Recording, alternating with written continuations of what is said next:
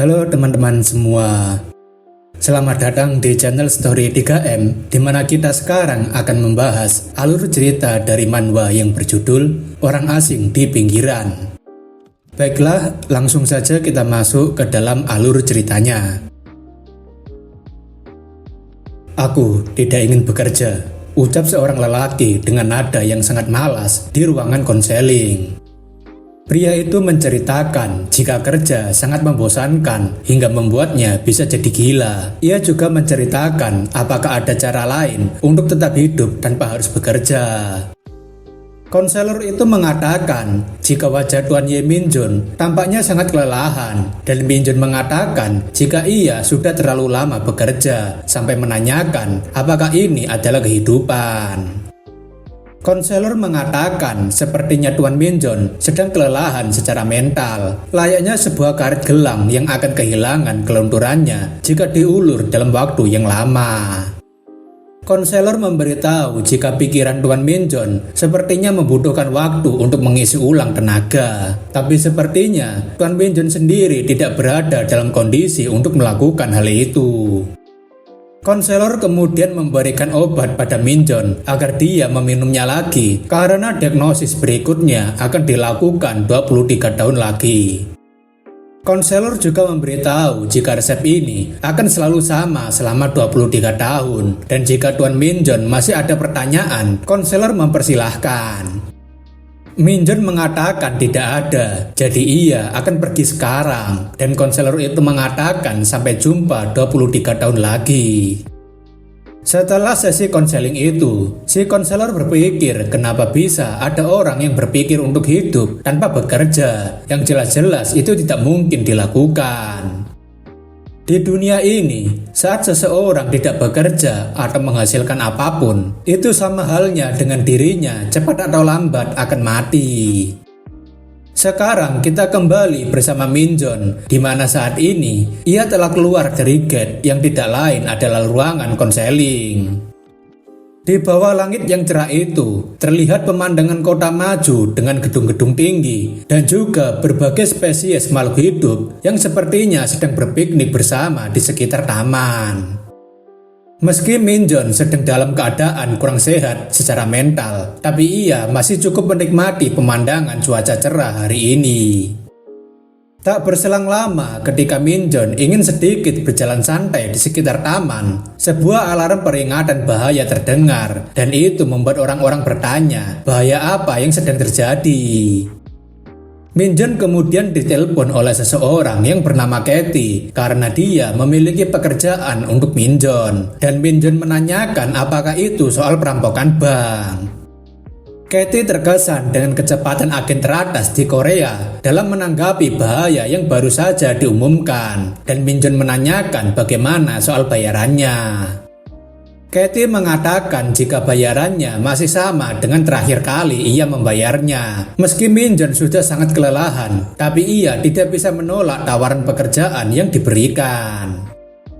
Sekarang kita berpindah ke lokasi kejadian, di mana saat ini terlihat banyak sekali polisi yang sedang mengamankan lokasi perampokan bank.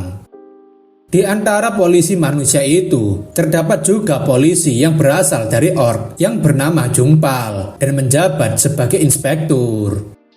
Minjun yang datang tentunya menyapa Jungpal karena mereka sudah saling kenal, dan Minjun menanyakan apakah tersangka perampokan ini hanya berjumlah satu orang. Jungpal mengiyakan jika tersangkanya hanya satu orang kriminal, dan Minjun menyarankan agar seorang inspektur tidak memasang wajah sekaku itu meskipun wajah Jungpal sudah bawaan sejak lahir. Diketahui, situasi di dalam bank saat ini, menurut kesaksian dari pelarian, ada total 4 sandera dan semuanya tidak sadarkan diri, kecuali satu orang. Minjun yang sudah tahu situasi saat ini, memberitahu Jungpal jika ia akan mengambil alih dari sini, tapi Jungpal menanyakan mengambil alih apa. Minjun mengatakan tentunya ia akan mengambil alih kasus ini.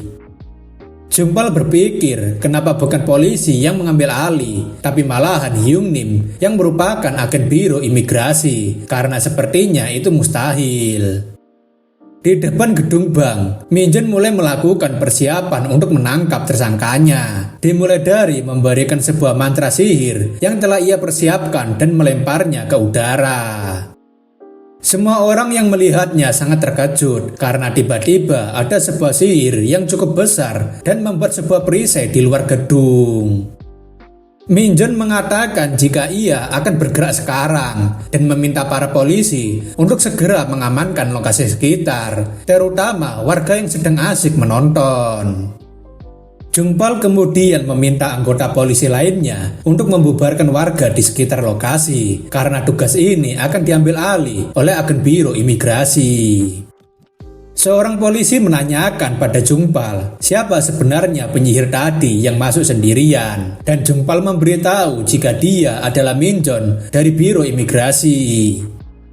Polisi muda itu menanyakan, bukankah biro imigrasi bertanggung jawab atas imigrasi ilegal, tapi kenapa mereka malah mengambil alih tugas polisi?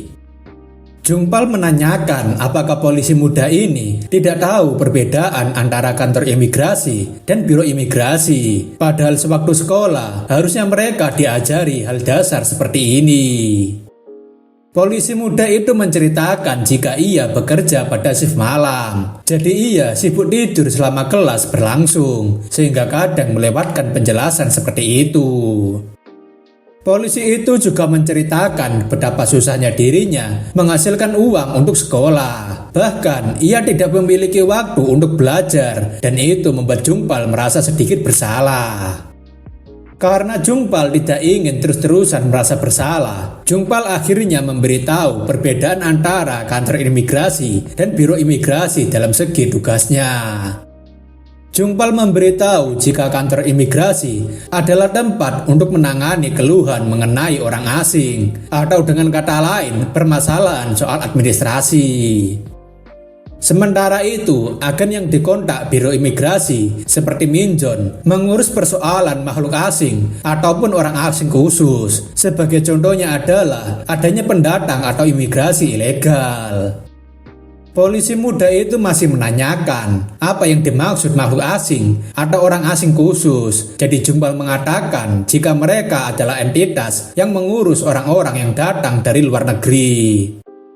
Polisi muda itu akhirnya paham kenapa biro imigrasi yang mengambil alih, dan Jungpal mengiyakan karena tersangka saat ini adalah seorang imigrasi ilegal yang berada di level lain.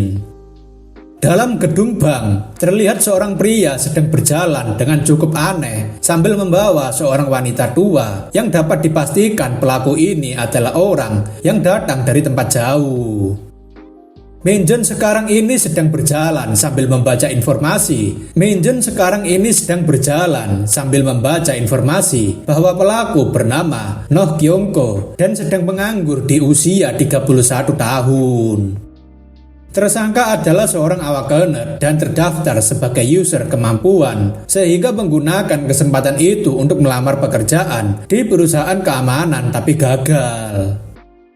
Ketika Min Jun sedang membaca kemampuan milik Kyungko, sebuah kursi tiba-tiba terbang ke arah Min Jun, tapi dengan mudahnya Min Jun bisa menghindari lemparan kursi itu.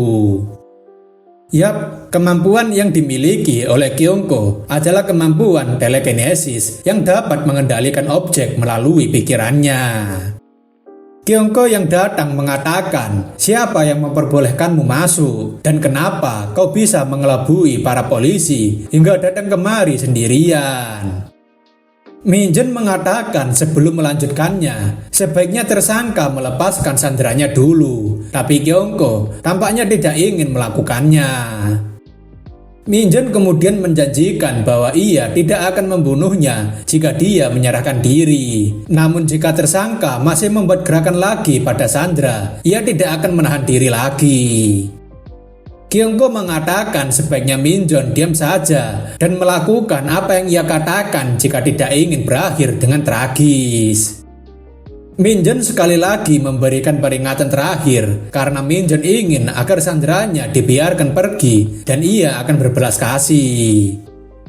Sayangnya, Kyungko yang tampaknya kesurupan tidak mau mendengarkan apa yang dikatakan Min Jun dan menyuruhnya diam saja.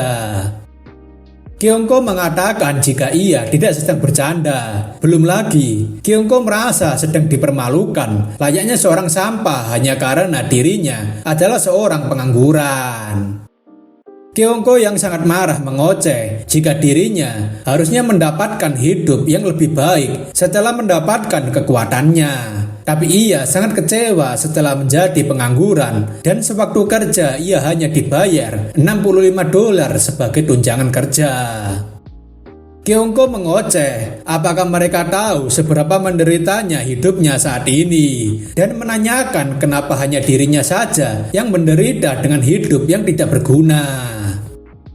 Namun sesaat, Kyongko mengingat jika ia datang ke bank hanya untuk mendapatkan tunjangan kerja.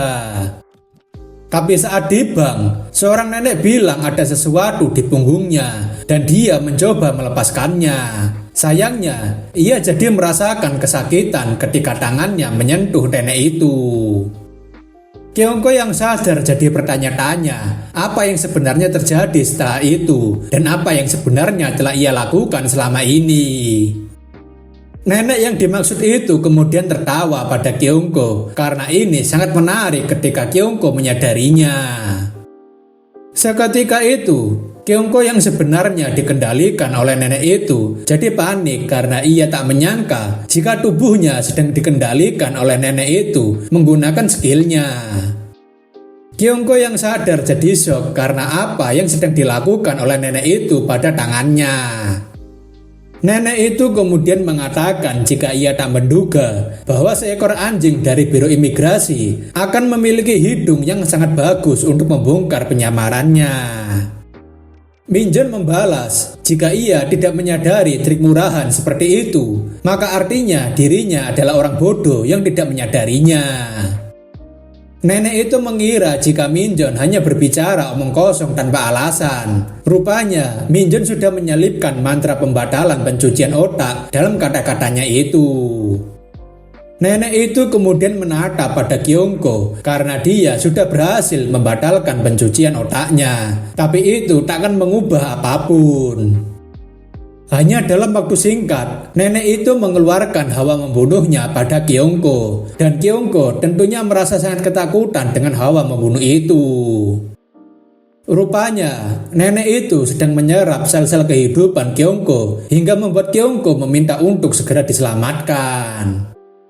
Minjeon tahu sebenarnya nenek itu adalah seorang buronan terkenal dari dimensi Oden yang bernama Etrela Dabne.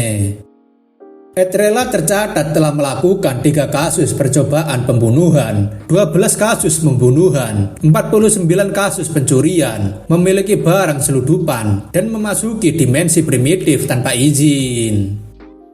Menurut Minjeon, kejahatan sebanyak itu sudah sangat lama dilakukannya, dan bahkan itu belum menghitung kejahatan yang terjadi di bumi. Minjeon mengatakan jika ia sudah memberikannya kesempatan. Sayangnya, kesempatan itu telah Etrela acuhkan sehingga ia memiliki wewenang untuk mengeksekusinya. Minjeon kemudian menyayat tangannya menggunakan belati yang terlihat agak tumpul dan memulai ritual darahnya. Etrela yang melihat Minjeon melakukan ritual darah merasakan aura yang tidak menyenangkan dan menduga jika Minjeon adalah seorang penyihir kegelapan. Kekuatan seorang penyihir kegelapan berasal dari rasa sakit pengorbanan untuk memadatkan daya hidup yang diserap. Sihir kegelapan dianggap ilegal oleh negara, tapi diperbolehkan dalam kasus pengorbanan diri sendiri untuk kepentingan umum atau pertahanan diri. Etrela tentunya tahu jika pengorbanan daya hidup yang dikorbankan oleh pengguna tidak akan bisa dikembalikan lagi, atau dalam artian umurnya akan semakin diperpendek.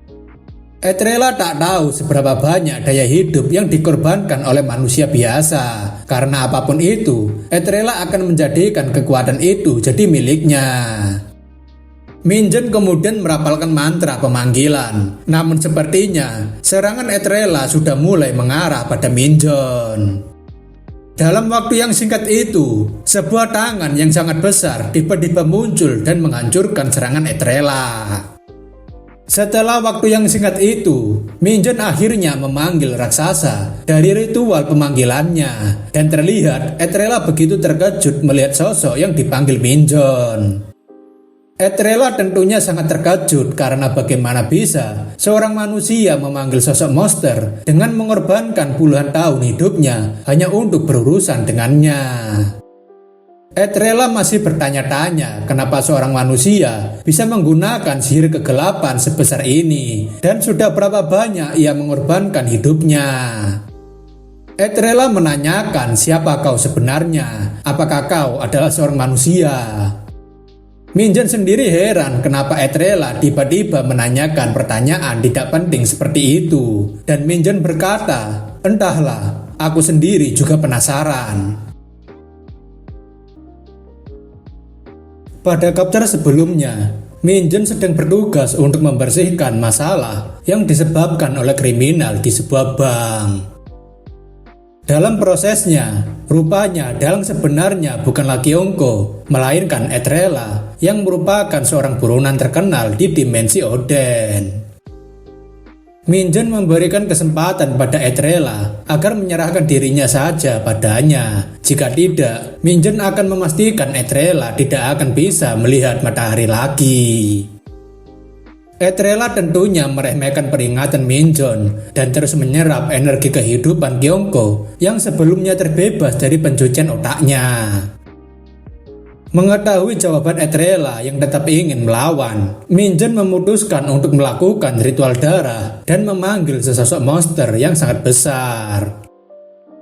Etrela tentunya merasakan aura yang tidak menyenangkan dari sihir milik Minjeon, karena rupanya sihir yang dia gunakan rupanya adalah sihir hitam yang membutuhkan pengorbanan. Etrela bertanya-tanya kenapa seorang manusia bisa mengorbankan puluhan tahun hidupnya hanya demi berurusan dengannya. Etrela masih berpikir apa yang sedang Minjeon coba lakukan, tapi ia tidak ingin berdiam diri saja dan melakukan serangan. Sayangnya, sesosok monster yang dipanggil Minjeon memiliki kekuatan dan kecepatan yang luar biasa hingga membuat Etrela terkejut ketakutan dengan sosok itu. Monster itu kemudian mendatangi untuk mencengkram dan merobek Etrela dengan sangat brutal, dan itu membuatnya langsung berteriak kesakitan di hadapan Minjeon. Etrela yang masih sangat syok dengan serangan barusan itu jadi semakin heran karena bagaimana bisa seorang manusia memanggil monster sekuat itu. Minjeon kemudian berjalan ke arah Etrela sambil menanyakan, apakah itu sakit? Dirimu pasti tak menyangka tentang hal ini kan? Etrela kemudian meminta Minjeon untuk berhenti dan ia menawarkan akan memberikan kompensasi jika Minjeon mengampuni nyawanya. Minjeon menanyakan kompensasi macam apa yang diberikan, dan Etrela mengatakan jika ia akan memberitahu alasan kenapa banyak sekali kriminal berkumpul di bumi. Etrela mengatakan jika itu semua karena ramalan dari peramal dimensi tingkat atas bahwa jika lokasi terjauh di dimensi, ada pecahan jiwa yang dijatuhkan oleh kriminal terburuk dalam sejarah. Etrela berjanji akan memberikan rekaman petunjuk yang akan menuntunnya pada jiwa itu. Terlebih, akan ada banyak sekali barisan orang-orang yang mengincar hadiah ini jika Minjeon menjualnya. Etrela bersumpah akan memberikan rekaman itu jika Minjeon mengampuni nyawanya. Tapi terlihat Minjeon tidak begitu peduli dengan yang namanya pecahan jiwa itu. Minjeon sudah tahu apabila ia menjual rekaman itu, maka dirinya sudah dipastikan akan dicari oleh komite. Terlebih lagi, bounty yang akan dijatuhkan padanya akan lebih tinggi dibandingkan Etrela. Minjeon mengatakan, meski Etrela sebentar lagi akan mati, kenapa masih bersusah payah ingin menipunya? Untungnya dirinya bukanlah orang yang bodoh. Namun dari semua itu, Etrela sangat terkejut ketika melihat tangan kiri Minjeon terlihat masih baik-baik saja. Seperti yang kita tahu, jika daya hidup yang dikorbankan oleh Black Magic tidak akan pernah bisa dipulihkan, karena itu adalah hukum galaksi yang sudah diatur. Sayangnya, ada hal yang membuat Etrela jadi sangat khawatir, yaitu bagaimana bisa Minjon masih baik-baik saja tanpa menerima konsekuensi pengorbanan hidupnya. Etrela sekali lagi menanyakan, ras apa sebenarnya kau ini? Tapi Minjon dengan wajah dinginnya mengatakan, jika dirinya sendiri tidak tahu, jadi kenapa masih terus bertanya itu padanya? Setelah membunuh Etrela, Minjon berpikir sudah berapa banyak kriminal asing yang ia bunuh di bumi. Ia cukup kesal jika ingin mengingatnya, tapi saat ini ia merasa sangat bosan. Selain itu, Minjon juga mengecek kondisi Sandra yang sempat diserap energi kehidupannya, dan Minjon merasa jika Sandranya masih bernafas. Minjon juga melihat situasi yang disebabkan oleh Etrela sambil mengatakan jika ia tak menyangka kejahatannya akan seperti ini. Seharusnya Etrela bisa diampuni jika kejahatannya hanya berupa perampokan beberapa bank, dan itu membuat Minjon jadi iri. Setelah urusannya selesai untuk menyelamatkan Sandra dan membunuh dalang dibalik perampokan bank, sihir yang dibuat oleh Minjon mulai menghilang. Bersamaan dengan itu, Minjon akhirnya keluar dari bank juga. Jungpal menanyakan apa urusannya sudah selesai, dan Minjon mengatakan semuanya sudah selesai, jadi polisi tinggal membereskannya. Jungpal juga menanyakan bagaimana soal Sandranya, dan Minjon mengatakan jika Sandranya bisa dipastikan masih bernafas. Jungpal merasa lega karena tidak ada yang mati, dan juga Sandra itu bukan perampok sebenarnya. Meski begitu, rasanya cukup sulit untuk melakukan otopsi jika ada lubang di kepalanya. Sejenak setelah berbicara itu, suasana mereka jadi cukup hening, dan tak lama Minjon menjelaskan jika ada banyak lubang di sekujur tubuhnya, dan itu membuat Jungpal makin pusing. Minjon mengatakan jika ia sudah memberitahu ribuan kali bahwa akan sulit untuk melakukan pekerjaan ini dengan pola pikir seperti itu. Namun, Minjon mengatakan jika ia akan mengajak Jungpal untuk minum-minum, dan Jungpal jadi senang dengan ajakan Minjon. Setelah mendapatkan laporan bahwa masalah di bank sudah diselesaikan, Katie langsung memberikan pesan bahwa perusahaan Jenkinson sudah mengirimkan bayarannya. Karena urusannya sudah selesai, Minjon memutuskan untuk kembali ke rumahnya dan beristirahat karena ia sudah merasa sangat lelah dan bosan. Namun sebelum kembali ke rumah, Minjon ingin mampir sebentar ke sebuah toko buku di Sangroksu. Informasi umum yang diketahui semua orang tentang Minjon adalah dia merupakan seorang agen legendaris dari Biro Imigrasi dengan tingkat penyelesaian kasus sebesar 99%. Namun faktanya, tidak banyak orang yang mengetahui jika sebenarnya Ye Minjon adalah makhluk asing yang menjadi tahanan dengan identitas samaran. Minjon sudah lama melakukan tindakan kejahatan, tapi bukannya dibunuh di tempat, Minjon malahan harus tertangkap. Lalu setelah tertangkap, tubuh beserta ingatannya diambil, dan Minjon dijatuhi hukuman untuk melakukan reformasi ketenaga kerjaan. Akibatnya, semua pekerjaan penting yang dijauhi oleh semua orang akhirnya diberikan kepada orang-orang yang ingatannya sudah diubah seperti Minjon. Bekerja adalah penjara, berhenti adalah pembebasan. Jika Minjon berhasil menyelesaikan pekerjaan di pelosok terpencil di bumi, ia akan menerima mata uang universal yang disebut sebagai dalan. Terlihat juga jika notifikasi layar milik Minjon bertuliskan agar saldonya tidak mencapai angka minus, dan jika pembayarannya telat dalam beberapa waktu, Minjon akan dijatuhi hukuman mati. Adapun pesangon sebesar 5 juta dalan yang ditunjukkan memiliki arti yang agak berbeda dengan di bumi. Karena itu bukan menunjukkan berapa jumlah yang ia peroleh saat pensiun, melainkan jumlah yang harus ia bayar agar dirinya bisa pensiun. Selain itu, hadiah yang Minjen dapatkan dari pembunuhan kriminal sebelumnya mungkin hanya akan mendapatkan beberapa ribu dalan.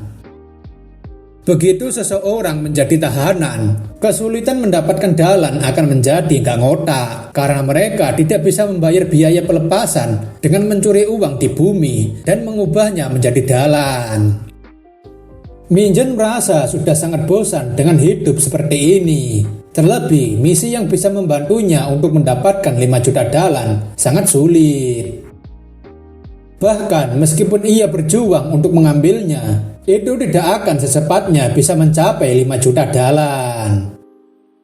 Namun, Minjen melihat jika ada misi untuk menemukan dan menyerahkan seorang kriminal dengan nomor ID Asif 1 yang berhadiah 7 dalan. Ia jadi teringat tentang perkataan Etrela, jika seorang peramal memberitahu bahwa di lokasi yang jauh ada pecahan jiwa yang dijatuhkan oleh kriminal terburuk dalam sejarah. Melihat ada misi yang memberikan hadiah yang sangat menjanjikan, membuat Minjen berpikir apabila ia bisa menangkapnya, ia bisa segera keluar dari tempat kerja ini. Supir taksi kemudian mengatakan jika sepertinya penumpang sedang mengalami kesulitan di tempat kerjanya. Namun supir itu menyarankan agar ia tetap bertahan. Minjen mengatakan pada supir itu jika ia akan segera meninggalkan tempat kerja itu karena ia sudah terlalu lama bekerja di sana. Siapa sangka, Minjen rupanya telah bekerja di Biro Imigrasi selama lebih dari 800 tahun. Dan kali ini ia akan memastikan bahwa dirinya akan segera keluar dari perusahaan ini.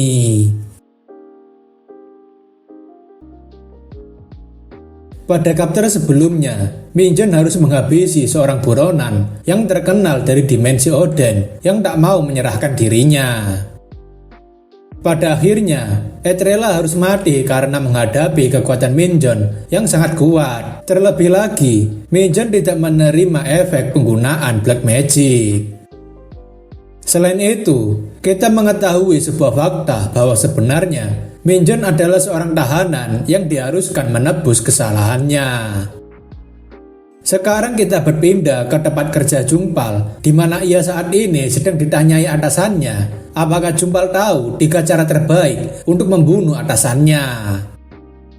Jungpal mengatakan mungkin tembak kepalanya, gorok lehernya, atau mungkin akan lebih baik membunuh mereka dengan menggunakan ability yang mereka punya. Atasan itu mengatakan salah karena yang pertama adalah dengan mengacaukan pekerjaan mereka hingga naik pitam. Kedua adalah salah mengerjakan tugas, kemudian dipecat dan mati kelaparan.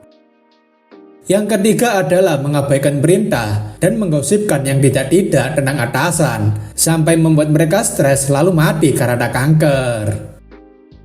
Jungpal menanyakan kenapa atasan mengambil tugas lagi. Padahal area tugas di 4 itu sangat berbahaya bagi regu pendukung biasa. Tapi atasan itu masih ngotot jika pilihannya ini sangat benar.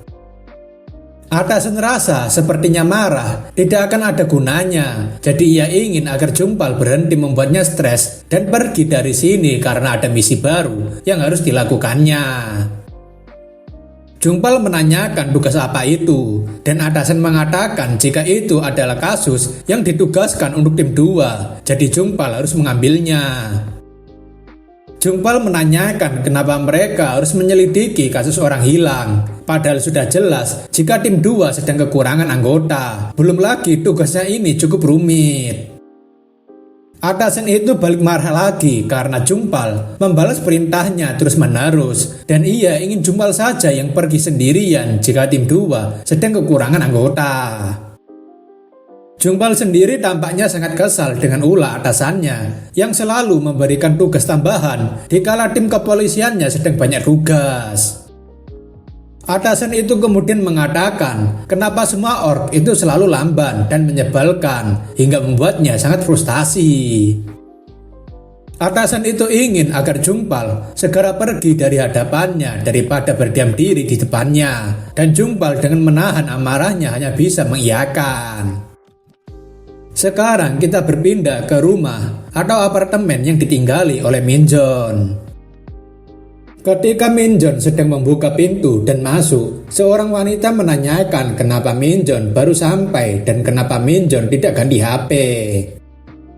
Wanita itu tidak lain adalah Catherine Kang yang dipanggil Katie dan merupakan asisten pribadi Minjeon. Katie mengeluh karena berkat HP yang digunakan Minjeon, ia harus melakukan pekerjaan yang lebih melelahkan dengan menulis pesan secara terpisah-pisah.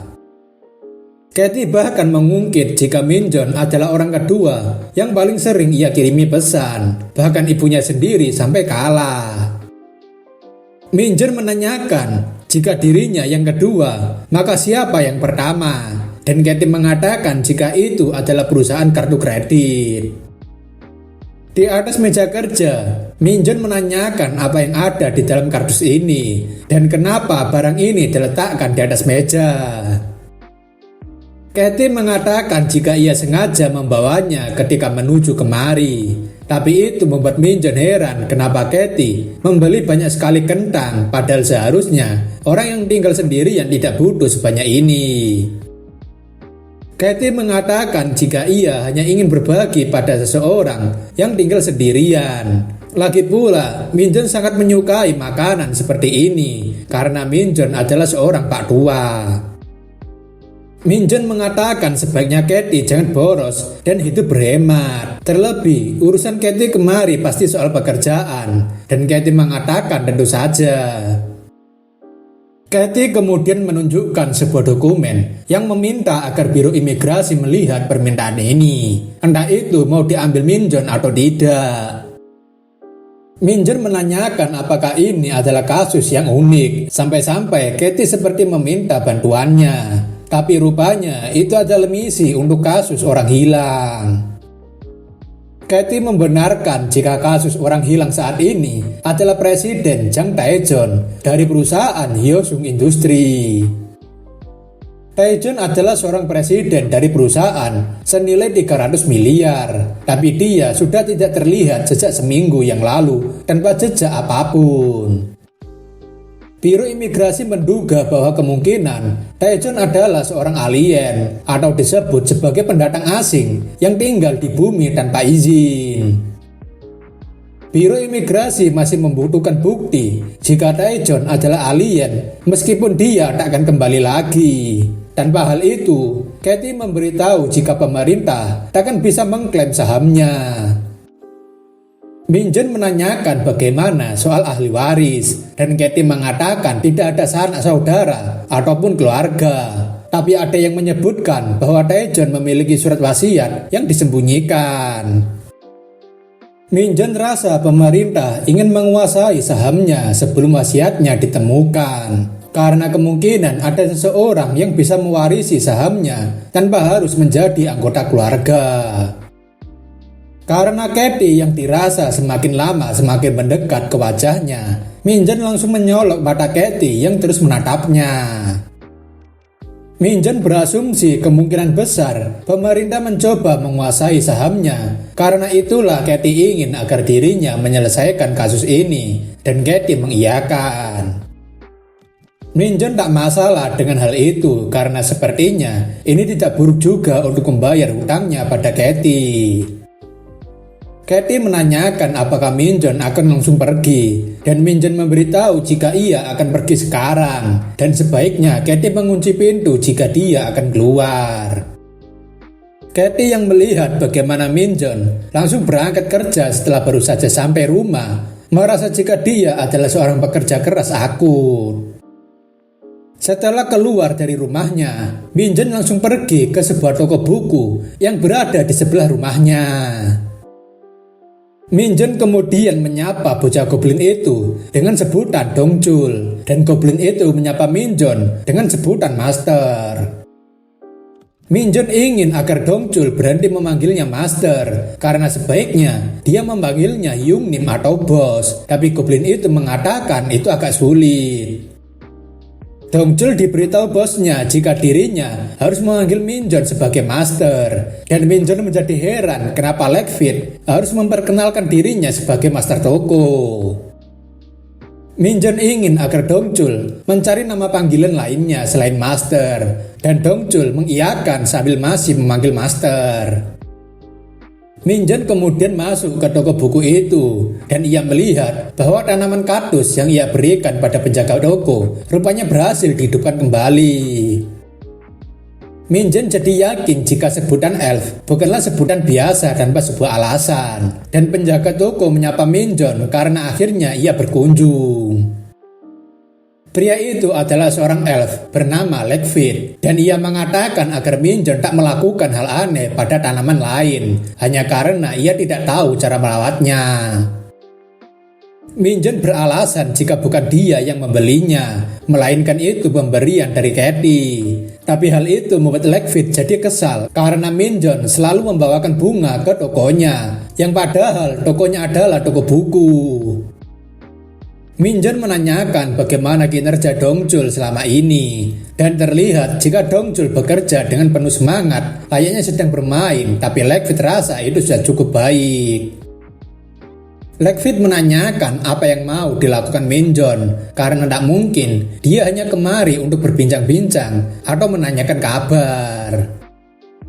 Minjeon mengatakan jika ia memiliki tugas untuk menemukan sesuatu, dan ia merasa jika itu adalah keahlian dari Legfit. Terlebih, Legfit adalah seorang mantan agen Amerika. Legfit mengatakan tidak masalah. Lagi pula itu adalah permintaan dari Minjeon, dan sebagai balasannya Minjeon menawarkan akan menurunkan biaya sewa bulan ini.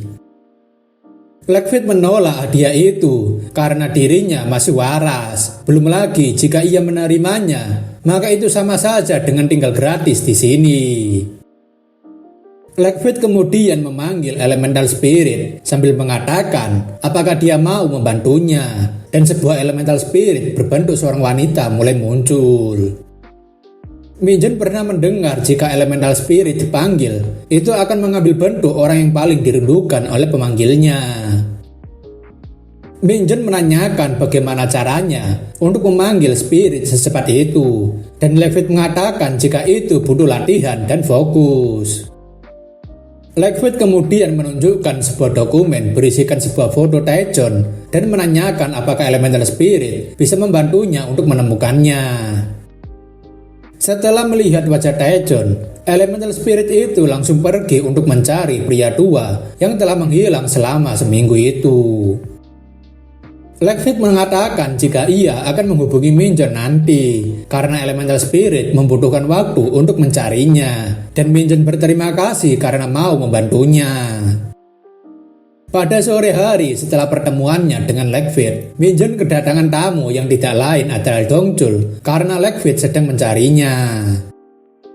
Dengan wajah yang malas dan penuh kebosanan, Minjeon mengatakan baiklah karena ia sudah menunggu dari tadi.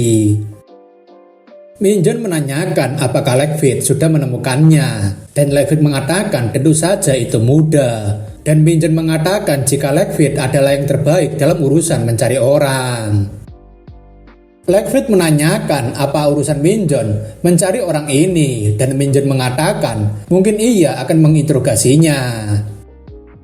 Jika benar begitu, Legfit menyarankan agar Minjeon membawa seorang ahli untuk bersamanya, karena ini mungkin cukup tidak disangka. Mendengar jawaban itu, Minjeon menduga jika orang itu pasti sudah tidak bernafas, dan Legfit mengiyakan jika orang itu sudah mati. Minjeon menanyakan apakah dia adalah seorang manusia, dan Legfit mengatakan entahlah karena ia tidak yakin soal itu. Legfit memberitahu jika ia tidak yakin sesuatu seperti itu pantas disebut sebagai manusia. Menjelang waktu malam di area perbukitan yang penuh dengan pepohonan, Minjeon mendatangi tubuh Taejon yang sudah tergantung di atas pohon.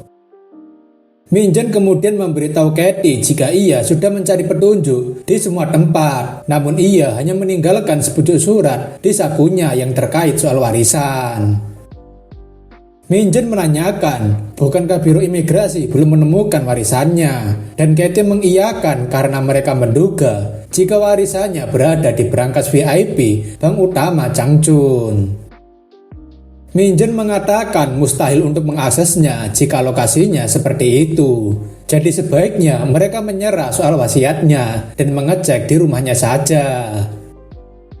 Minjun berpikir mungkin ia harus mengalah apabila sesusah ini untuk membuktikan jika dia adalah seorang alien.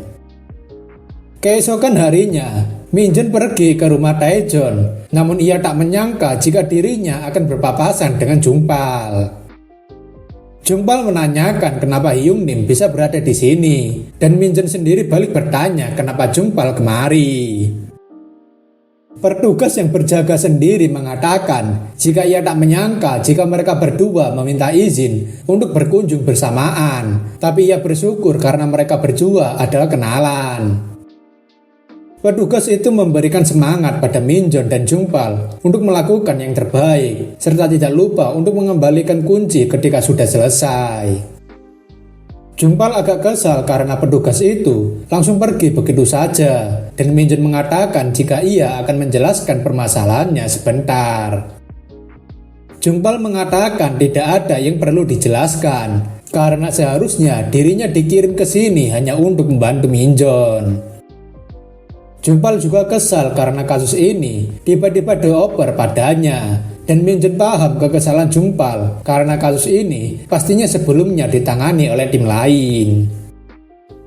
Jungpal juga memberitahu bahwa belakangan ini ada banyak sekali kasus elf menghilang, jadi tim 2 ditugaskan untuk melakukan investigasi.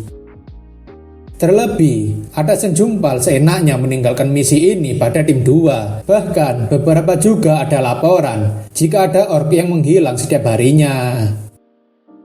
Jungpal tahu jika atasan pasti sadar bahwa kredit yang didapat dari kasus ini akan diambil oleh Biro Imigrasi. Tapi Minjun malah bersyukur jika Jungpal adalah orang yang bertugas bersamanya. Minjun memberitahu jika bekerja sama dengan Jungpal rasanya lebih baik dibandingkan ia harus bekerja sama dengan mereka. Jungpal tentunya mengapresiasi kata-kata penyemangat dari Minjun, tapi tak lama atasan Jungpal tiba-tiba menelponnya. Atasan Jungpal memberitahu jika di sana harusnya ada Biro Imigrasi, jadi ia ingin agar Jungpal bekerja sama dengannya. Jungpal dengan menahan amarahnya dan hanya bisa mengiyakan perkataan atasannya itu dan langsung mematikan teleponnya. Minjun mengatakan tak perlu tertekan seperti itu karena ia akan membagikan hadiahnya untuk mereka berdua setelah kasusnya selesai. Tapi Jungpal menolaknya dan hanya ingin ditraktir minum saja. Minjun tentunya tidak masalah dengan hal itu, dan sebaiknya mereka berdua segera memulai bekerja karena ini akan lama. Di setiap sudut, Minjun menggeledah seluruh area rumah sambil berharap menemukan petunjuk yang mengarahkan mereka pada pembunuhan atau jejak seseorang yang berada di sini. Tak hanya Minjun, Jungpal juga memeriksa dokumen-dokumen milik Taejon dan mengkopinya karena mungkin akan ada petunjuk di dalamnya. Jungpal memberitahu jika ia sudah menyalin seluruh dokumen yang ada di komputer Taejon dan ia akan mengirimkan salinan harddisknya besok. Namun Jungpal dan Minjun kemudian tiba-tiba mendengar sebuah suara tangisan yang dirasa tidak asing. Jungpal menanyakan bukankah ini terdengar seperti tangisan pedang atau mirip tangisan pedang ego, dan Minjun ingin agar Jungpal diam sebentar. Minjun berpikir mungkin saja ini bisa dijadikan sebagai barang bukti terkait meninggalnya Taejon. Minjun dan Jungpal akhirnya mencari dari mana asal tangisan pedang itu, tapi mereka berdua cukup terkejut karena suara tangisan pedang ego itu berasal dari sebuah teflon. Jungpal yang penasaran langsung mengambilnya dan menanyakan kenapa sebuah teflon bisa mengeluarkan tangisan itu. Tapi setelah Jungpal mendengar suara dari telepon itu, Jungpal jadi sangat kesal dan langsung membanting dengan keras teflon itu. Minjun mengatakan jika Jungpal bikin orang kaget saja dan menanyakan apakah Jungpal berbicara dengan teflon itu, dan Jungpal mengiyakan. Minjen menanyakan kenapa Jumpal sampai harus membantingnya segala, padahal cuma berbicara. Tapi Jumpal memberitahu jika teflon itu mengeluarkan suara yang aneh. Hanya dengan sekali pegang, teflon itu langsung mengeluarkan suara desahan yang aneh. Minjen yang kaget tentunya ikutan membanting teflon itu, seperti yang dilakukan Jumpal. Dan Jumpal mengatakan jika ia sudah memberitahu sebelumnya. Tampaknya, perbuatan teflon dengan ego itu membuat Minjen dan Jumpal jadi cukup kesal dengan suara desahan yang tak wajar itu. Karena tak punya pilihan lain untuk mencari barang bukti, Minjen mengambil lagi teflon itu dan menanyakan sebenarnya teflon macam apa sebenarnya ini. Teflon itu memberitahu jika dirinya adalah seorang koki hebat dari dimensi Helidom yang memiliki salinan ingatan dari koki terhebat dan dilengkapi dengan AI. Teflon itu tentunya berbicara sambil mengeluarkan desahan hingga membuat Minjen jadi sangat kesal dan ia ingin sekali menghancurkan teflon mesum yang satu ini. Pada chapter sebelumnya, Minjen ditugaskan untuk menyelidiki kasus hilangnya Taejon yang merupakan seorang presiden dari perusahaan Hyosung Industry. Tapi rupanya, Taejon yang ditemukan sudah dalam keadaan tidak bernyawa dengan tubuh digantung di atas pohon. Agen Minjen tentunya tidak percaya jika kasus ini adalah kasus bunuh diri dan memutuskan untuk menyelidiki rumah Taejon. Ketika sedang menyelidiki rumah milik Taejon bersama dengan Jumpal, mereka berdua malah menemukan teflon berego yang sangat langka, meskipun teflon itu sangat mesum. Kita kembali ke beberapa waktu saat sebelum Minjen menggeledah rumah milik Taejon, di mana ia menduga bahwa para pelaku berhasil memasukkan kematian Taejon menggunakan homunculus. Dugaan Minjen berujung pada percobaan untuk membuat homunculus menggunakan DNA yang sama dengan Taejon, sehingga nantinya ketika dilakukan tes, hasilnya pasti akan positif. Minjen masih berpikir kenapa para pelaku menggantung orang-orangan palsu di dalam hutan setelah seminggu kasus hilangnya Taejon dilaporkan. Minjen masih memikirkan apa motif para pelaku yang melakukan hal ini, karena jika kematian Taejon terungkap sebagai manusia, maka itu akan menguntungkan ahli waris, sementara negara akan dirugikan karena tidak dapat mengumpulkan kekayaan dari alien ilegal.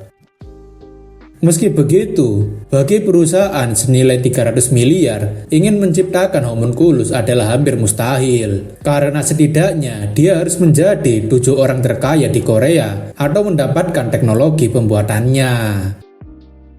Minjen terasa situasi ini jadi makin tidak terkendali karena adanya homunculus yang terlibat. Bahkan sebaiknya, mungkin ia tidak mencoba untuk terlibat dalam kasus ini.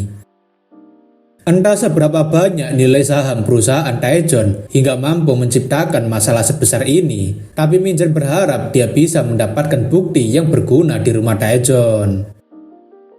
Sekarang kita kembali ke waktu di mana Minjen menemukan teflon mesum yang sampai sekarang terus mengoceh karena akhirnya ada seseorang yang mau bersentuhan dengannya. Minjen berpikir mungkin ego yang ditanam di dalam pikiran teflon ini adalah ego tingkat atas, karena ini bukanlah sesuatu yang mudah ditemukan di bumi, jadi sangat mungkin bahwa Taejon adalah seorang alien. Teflon itu masih terus berbicara tentang dirinya yang bisa melihat dan merasakan apapun dalam jarak 3 meter, dan juga ia sangat ahli dalam komunikasi melalui koneksi pikiran. Saking banyak dan lamanya teflon mesum itu berbicara, Minjen sampai berpikir apakah ia harus membuang saja barang bukti ini, karena dia sungguh sangat berisik. Minjen kemudian menanyakan apakah Taejon pernah menggunakannya, dan teflon itu mengatakan jika Taejon seringkali menggunakannya. Minjen ingin dijelaskan lebih detail, tapi teflon itu ingin dibanting ke lantai seperti tadi terlebih dulu, karena ia ingin mendapatkan rangsangan terlebih dulu. Perkataan Teflon yang masokis dan mesum itu tentunya membuat Minjeon jadi sangat muak dengannya, dan Minjeon tentunya memberikan pelajaran pada Teflon yang mesum itu. Setelah diberikan pelajaran, Teflon itu memberitahu kebiasaan Taejeon yang tampak seperti manusia normal dari saat pertama ia bertemu dengannya sampai terakhir kali ia bertemu dengannya. Minjeon menanyakan kapan terakhir kali Teflon itu bertemu dengan Taejeon, dan Teflon itu mengatakan sudah sekitar 2 minggu yang lalu di sekitar pukul 2 pagi. Teflon itu menceritakan jika ia sempat melihat Taejeon turun tangga tengah malam dan membuatnya bertanya-tanya janji seperti apa yang dibuatnya hingga melakukan pekerjaan pada dini hari. Tapi keesokan harinya, Teflon itu merasakan adanya gerakan di ruangan tamu sehingga ia merasa cukup lega karena merasa tidak ada yang terjadi. Tapi itu membuat Minjeon cukup terkejut. Minjeon menanyakan apakah ada orang lain yang masuk ke rumah ini sejak kejadian itu. Tapi Jumpal mengatakan jika mereka berdua adalah orang pertama yang masuk sejak Taejeon menghilang. Teflon itu mengatakan bahwa ia yakin jika orang yang masuk waktu itu bukanlah Taejeon, tapi sepertinya orang lain. Teflon itu memberitahu jika orang itu selalu menggeledah rumah dan pergi tepat sebelum matahari terbit. Bahkan ia melakukan itu selama 5 hari berturut-turut. Minjeon menanyakan apakah dia pernah melihat wajahnya, dan Teflon mengatakan ia sudah tidak melihatnya belakangan ini. Selain itu, ia tidak bisa mengetahui ciri-cirinya karena ia tidak memiliki penglihatan malam. Tapi ia yakin jika orang yang datang itu adalah seorang manusia.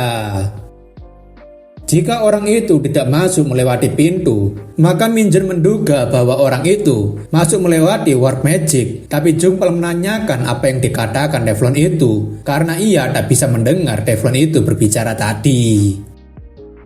Minjeon mengatakan jika ada seseorang yang menggeledah rumah ini sebelum mereka, sehingga kemungkinan dia masuk dan keluar rumah ini menggunakan warp magic. Minjeon tadinya berpikir untuk mencari jejak magic di masa kini, tapi nyatanya ia harus mencari petunjuk melalui jejak sihir masa lalu. Jumpal menanyakan apa yang sedang dilakukan Hyungnim, dan Minjeon menjelaskan jika ada spirit world yang tumpang tindih dengan material world, dan itu akan meninggalkan jejak di spirit world. Minjeon mengatakan jika tugas mereka sekarang adalah menemukan jejak warp magic dan mencari tahu siapa yang datang ke rumah ini sebelum mereka. Minjeon menanyakan apakah orang itu sering keluar masuk dari arah sini, dan Teflon itu mengiyakan jika orang itu selalu muncul dari arah yang sama. Setelah mengikuti jejak dari spirit world, Minjeon akhirnya menemukan ada 10 jejak warp magic berdekatan, yang artinya orang itu sudah 5 kali bolak-balik ke sini. Minjeon memberitahu Jumpal jika ia sudah menemukan jejak warp magic dan mereka tinggal melacak kemana arahnya. Tapi Jumpal menanyakan apa yang harus dilakukan pada Teflon itu.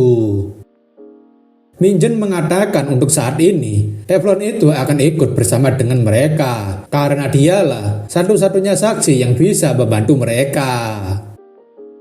Namun sewaktu dimasukkan ke bagasi, Teflon mesum itu malah kegirangan karena mengira jika ini adalah adegan penculikan dan perbudakan. Minjeon menyarankan agar mereka berdua tidak menyentuhnya sampai mereka benar-benar membutuhkan bantuannya, dan Jumpal setuju dengan hal itu. Jumpal menanyakan apakah semua penyihir bisa melakukan sihir pelacakan, dan Minjeon mengatakan tidak semuanya, karena seharusnya Jumpal tahu jika dirinya cukup berpengalaman. Jumpal sebenarnya cukup terkejut, karena meskipun Minjeon adalah seperempat elf, tapi memiliki umur yang sama panjangnya dengan elf, dan tentunya punya banyak pengalaman di bidang sihir. Minjeon menanyakan apakah Jumpal berniat pensiun setelah 5 tahun bekerja, dan Jumpal mengiyakan karena orc mungkin perlahan menua. Minjeon tak setuju dengan pendapat itu karena menurutnya Jumpal masih terlihat sangat segar dan bugar, tidak seperti orc lainnya. Minjen menanyakan apakah Jumpal tertarik untuk bekerja di kantornya setelah pensiun, dan Jumpal mengingatkan soal aturan rumahnya. Minjen menanyakan apakah itu soal jangan membuat ork jengkel, tapi Jumpal mengatakan tidak. Apalagi Minjen tak bisa menghafal semua aturan ketat ork yang sangat banyak. Jumpal mengatakan jika maksudnya adalah bertindak sesuai kemampuan, dan Minjen rasa jika Jumpal sepertinya mampu melakukannya. Dikala Minjen dan Jumpal sedang asik mengobrol, sebuah konvoi partai yang mengatasnamakan hak asasi manusia terdengar mengganggu mereka berdua. Orang-orang itu berteriak, pesta untuk manusia, oleh manusia, karena bumi awalnya adalah milik manusia. Jadi mereka ingin para manusia mendukung Partai Pusat Manusia dengan nomor urut 7. Mereka bahkan dengan lantangnya mengatakan jika kekuasaan tertinggi harusnya dipegang oleh manusia saja, sebab mereka adalah penduduk asli di bumi. Minjen mengatakan sebaiknya mereka mendengarkan radio saja daripada terlibat politik tidak jelas seperti itu, dan Jumpal mengiyakan. Dalam siaran radio, terdapat informasi bahwa akan ada kunjungan dari dimensi Gelangko yang akan mendatangi keluarga kerajaan Inggris. Ada desas-desus bahwa kunjungan ini adalah untuk mempersiapkan imigrasi massal, tapi Dewan PBB saat ini menyangkal rumor itu. Para hantu juga berkumpul untuk melakukan protes di depan Kongres untuk meminta hak hidup dan pencabutan undang-undang tersebut yang melanggar privasi mereka. Setelah beberapa saat sambil mendengarkan berita di radio, Minjen ingin agar Jumpal berhenti di area sini karena ia mendeteksi spirit ward yang ditinggalkan oleh pelaku mengarah ke arah sini. Setelah turun dari mobil, Jumpal agak terkejut karena sihir yang ditemukan oleh Minjen rupanya mengarah ke komunitas ork, di mana banyak sekali ork yang berkumpul di sana. Minjen menduga jika orang itu pasti membuat tempat tinggal sementara di sini, karena lingkungan ini pasti sangat cocok untuk melakukan aksinya. Untungnya, tidak ada jejak invisibility magic, jadi mereka bisa melacaknya dengan mudah, dan sekarang mereka tinggal memeriksa CCTV lokal. Karena mereka sudah menemukan lokasi si pencuri itu yang bersembunyi, Minjen menyerahkan soal urusan CCTV itu pada Jumpal. Tapi keesokan harinya, Minjen sangat terkejut karena rupanya di sekitar lokasi komunitas ork tidak ada CCTV-nya. Jumpal mengatakan harusnya Minjen tahu soal lingkungan ork ini, dan Minjen mengatakan pantas saja wajah Jumpal sedari kemarin muram seperti itu. Minjen tak menyangka jika dirinya harus melakukan metode tradisional untuk menemukannya, dan Jumpal menanyakan metode seperti apa itu. Minjen mengatakan ia tak menyangka jika seorang penyihir di abad ke-21 akan melakukan investigasi secara manual dengan mengelilingi lokasi sebesar ini. Pada chapter sebelumnya, Minjen beserta Jumpal sedang mengumpulkan bukti-bukti yang akan membantu mereka untuk menyelesaikan kasus hilangnya Taejon. Namun, Minjen baru menemukan satu petunjuk dari Teflon Mesum di mana seseorang seringkali keluar masuk rumah Taejon sejak Taejon menghilang.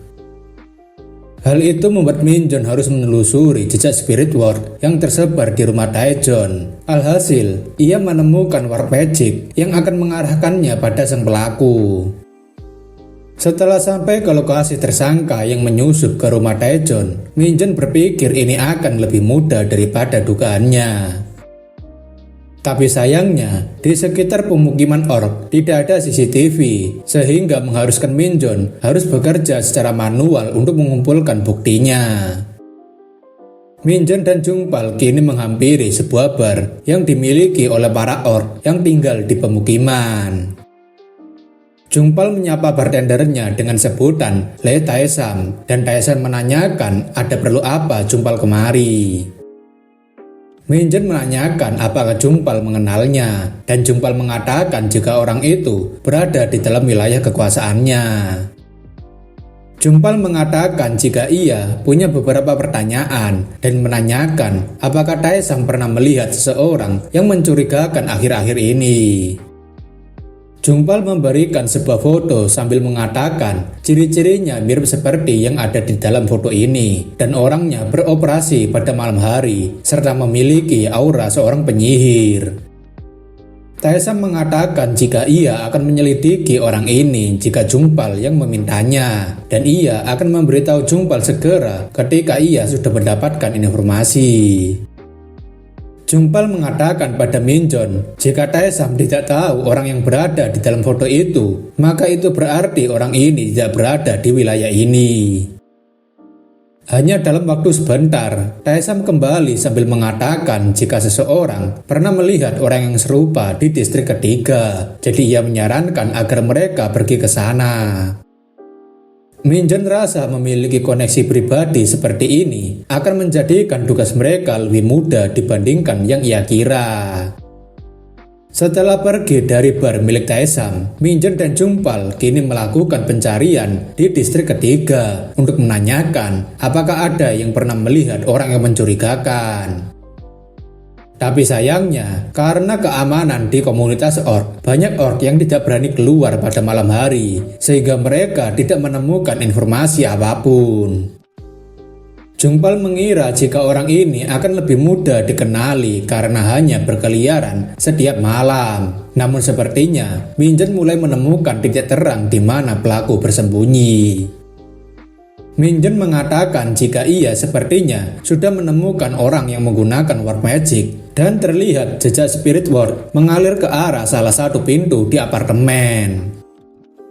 Minjeon dan Jumpal langsung mendatangi kamar apartemen orang itu. Tapi sepertinya orang itu menggunakan sihir penghalang yang berarti orang ini masih hidup di dalam sana. Minjeon tentunya tidak ingin berlama-lama dan langsung menghancurkan penghalang satu demi satu. Tapi sepertinya Minjeon merasakan sesuatu dari dalam. Minjeon mengatakan jika orang ini lumayan pintar juga dan Minjeon meminta Jumpal untuk tetap di belakangnya karena orang ini mencoba untuk kabur. Minjeon kemudian bersiap mengeluarkan kekuatannya yang berbentuk layaknya sebuah sihir hitam dan Minjeon mengatakan jika ia sudah mendapatkannya. Minjeon tentunya berhasil menghancurkan sihir penghalang yang meledak dengan skillnya dan melindungi dirinya beserta dengan Jumpal. Namun sepertinya orang itu masih mencoba untuk kabur menggunakan warp magic dan ia masih sempat-sempatnya mengolok-olok Minjeon karena tidak bisa menangkapnya. Akan tetapi, trik murahan seperti itu tidak akan membuat Minjeon kepanikan karena ia memiliki sihir hitam yang lebih cepat untuk menangkap orang itu. Baru saja mau masuk ke warp magic, pria itu langsung diseret kakinya keluar oleh Minjeon dan pria itu langsung dibungkus layaknya mumi menggunakan skillnya. Pria itu tentunya tidak bisa melakukan apapun sebagai mumi hidup dan Jumpal sangat terkesan karena Minjeon bisa dengan mudahnya menangkap orang ini. Setelah proses penangkapan yang ribet tapi mudah, Jumpal dan Minjeon akhirnya paham jika orang ini tergabung sebagai anggota Human Society. Minjeon rasa jika Human Society adalah organisasi kriminal yang terdiri dari pengguna kemampuan dan Jumpal mengatakan organisasi itu isinya sampah semua. Jumpal mengatakan jika histori ponselnya sudah bersih dan Minjeon mengatakan tidak ada satupun hal yang mencurigakan di dalam kamarnya. Jumpal kemudian mengatakan pada pria itu, karena dia adalah anggota dari organisasi kriminal berkemampuan, maka dia harus ditahan. Tapi pria itu malah meludahi Jumpal. Pria itu mengatakan jika Jumpal bukanlah manusia, jadi jangan sok menjadi manusia sambil memberikan beberapa umpatan kasar. Meski menggunakan seragam kepolisian, pria itu mengatakan ia tidak akan takut pada Jumpal dan rasanya ia ingin mencabik-cabik Jumpal. Minjeon jadinya ngeri karena pria itu berani mengolok-olok Jumpal sambil mengatakan ia tidak akan bisa membantu pria itu dan Jumpal rasa itu benar. Jungpal kemudian mencengkram pria itu sambil mengangkat sebuah palu yang cukup besar. Tapi itu membuat Minjen menanyakan kenapa harus pakai palu seperti itu. Minjen ingin agar Jungpal menyingkirkan palu itu karena orang ini bisa saja mati sekali pukul. Dan Minjen memberitahu jika ia memiliki sebuah cara yang lebih baik. Jungpal menanyakan kenapa dia memakai pisau, dan Minjen mengatakan jika Jungpal harus melihatnya dari dekat karena ini sangat kecil. Rupanya, barang yang dimaksud Minjen adalah seekor lalat kecil, dan tentunya pria itu paham dengan lalat apa yang keluar dari tubuh Minjen. Minjen senang karena pria itu sudah tahu ini lalat apa dan memberikan kesempatan pada pria itu untuk memberitahu semua informasinya. Tapi sepertinya pria itu masih keras kepala tidak mau membuka suaranya, hingga akhirnya Minjen memutuskan untuk memasukkan lalat itu melalui hidungnya. Minjen kemudian meminta pada Jungpal untuk memberikan alat rekamannya karena ia ingin merekam suaranya. Pria itu tampaknya sambil menangis ingin menahan dirinya agar tidak membuka mulut ketika lalat itu sudah dimasukkan ke dalam hidungnya. Minjen kini mulai merapalkan sebuah mantra untuk mengaktifkan lalat tadi agar memberikan rangsangan sesuai dengan instruksi mantra tersebut. Jungpal menanyakan apa yang sebenarnya Minjen tadi gunakan, dan Minjen mengatakan jika itu adalah happy bug. Lalat tadi akan secara langsung merangsang otak lawan dan memaksa dopamin meledak hingga memberikan rasa bahagia yang paling merangsang. Sementara itu, Minjen merekam mantranya agar dirinya bisa terus mengulang mantranya tanpa harus merapal. Beberapa saat kemudian setelah Minjen memberikan lalat itu, pria itu akhirnya tersadar setelah harus mengalami hukuman dari Minjen. Tapi rupanya, pria itu malah kegirangan dan ingin kembali ke tempat tadi daripada ia harus berada di sini karena ia lebih menyukai di sana. Minjen rasa orang ini sudah tahu rasanya kenikmatan rangsangan itu, dan Minjen kemudian menawarkan apakah pria itu ingin kembali ke kenangan indahnya karena ia punya mantra pengendali happy bug. Minjen akan memberikan rekaman ini jika pria itu mau memberikan semua informasi yang ia ketahui padanya. Pria itu mengatakan ia tidak tahu di mana Taejon karena ia ke sana untuk mencari berangkas rahasia yang disembunyikan di dalam rumah Taejon dan membawanya ke kliennya. Minjen menanyakan berangkas rahasia apa itu karena ia tidak melihat hal seperti itu ketika ia mencari di rumah Taejon. Minjen kemudian menanyakan siapa klien yang menyuruhnya, dan pria itu mengatakan jika ia tidak tahu nama aslinya. Namun, pria itu yakin jika orang yang menyuruhnya adalah seseorang yang tidak akan bisa ditangkap oleh polisi biasa. Dalam hal ini, identitasnya masih disembunyikan oleh autornya. Jungpal yang mendengar siapa kliennya menjadi sangat marah karena orang ini masih mencoba untuk berbohong. Tapi pria itu mengatakan jika faktanya seperti itu dan bahkan sudah dikonfirmasi oleh pusat komando mereka. Jungpal menanyakan apa yang harus mereka lakukan sekarang karena jika mereka berdua melanjutkan ini, itu tentunya akan sangat beresiko dan berbahaya. Minjen sendiri tak menyangka jika kasus ini akan semakin rumit karena ia cukup terkejut ketika mengetahui bahwa kliennya sebenarnya adalah seekor naga. Melanjutkan chapter sebelumnya, di mana Minjen dan Jungpal sedang mengejar seseorang yang menyelinap masuk ke dalam rumah Taejon. Minjen dan Jungpal akhirnya menemukan pelaku yang ternyata merupakan anggota dari organisasi kriminal berkemampuan yaitu Human Society. Meski pelaku mencoba untuk melarikan diri, namun Minjen berhasil mencegah orang itu untuk kabur menggunakan work magic. Sang pelaku diminta untuk memberikan informasi yang berguna, namun sayangnya pria itu enggan menceritakan apa yang dicari di rumah Taejon. Alhasil, Minjun menggunakan happy bug dan membuat pelaku merasakan kenikmatan luar biasa hingga pelaku sendiri berbicara apa yang ia ketahui. Tapi dari semua informasi itu, Minjun dan Jumpal cukup terkejut karena klien yang meminta menyusup ke rumah Taejon adalah seekor naga. Ras naga dikenal sebagai makhluk kuat yang menjadi makhluk kelas atas di bumi hanya dengan satu generasi saja, dan seringkali orang yang menyinggung naga tiba-tiba menghilang tanpa petunjuk. Ras naga adalah makhluk paling berpengaruh yang mengendalikan masyarakat dengan kekayaan dan kekuasaan yang luar biasa dengan bertindak sebagai pengendali boneka. Jumpal menanyakan apa langkah mereka selanjutnya, tapi Minjun ingin menanyakan beberapa pertanyaan lagi pada pelaku terlebih dulu. Setelah mengumpulkan semua informasi dari pelaku, Minjun memanggil para polisi untuk menangkap salah satu anggota Human Society itu. Minjun juga memberitahu polisi apa yang sebenarnya terjadi dan memberikan rekaman apa yang ia dapatkan jika polisi masih tidak mau mendengarkan ucapannya. Jumpal menanyakan apakah orang itu akan dalam keadaan seperti itu terus, dan Minjun mengatakan pria itu pasti akan menurut karena dia ingin menikmati sensasi menyenangkan seperti sebelumnya. Minjun menambahkan jika melaporkannya pada polisi dan menangkapnya adalah pilihan yang tepat untuk saat ini.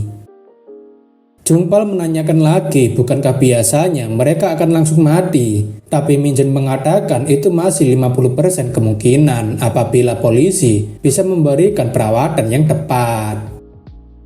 Namun tetap saja, sihir yang ditanamkan oleh seorang penyihir pada target itu akan tergantung sebagaimana kuat penyihir dan mental target. Dalam perjalanan kembali setelah selesai mencari petunjuk, Minjun dan Jumpal mendengarkan berita di mana kunjungan pertama Putri Fermi rupanya mengarah ke Korea. Tapi dalam perjalanan itu, Minjun berpikir jika sebagian besar naga tidak mau repot-repot melakukan hal seperti ini, dan ia menduga ada sekitar 4 pelaku yang ada di dalam benaknya. Namun, Minjun masih belum bisa menebak apa motif sebenarnya mereka melakukan semua ini, dan siapa saja jabingan yang merencanakan semua ini. Selain itu, ada berita mengenai harga pasar saham Hyosung Industry yang mencapai batas harga saham dan memiliki kapasitas pasar sebesar 15%. Mendengar jika itu adalah Hyosung Industry dari perusahaan Taejon, membuat Jumpal dan Minjun jadi ikutan terkejut karena bisa-bisanya harga saham mereka naik. Minjun berpikir apakah masalah seperti itu bisa diatasi saat keduanya tidak hadir, dan Jumpal mengatakan mungkin saja itu sudah disetujui sebelum Taejon menghilang. Minjun sebenarnya masih merasa agak aneh kenapa perusahaan Hyosung masih bisa berjalan dengan mulus dengan keadaan presiden mereka yang sedang menghilang. Namun daripada pusing memikirkannya, Minjun mengajak Jumpal untuk makan bersama di rumahnya karena Katie sedang membuat sendok daging dengan keju.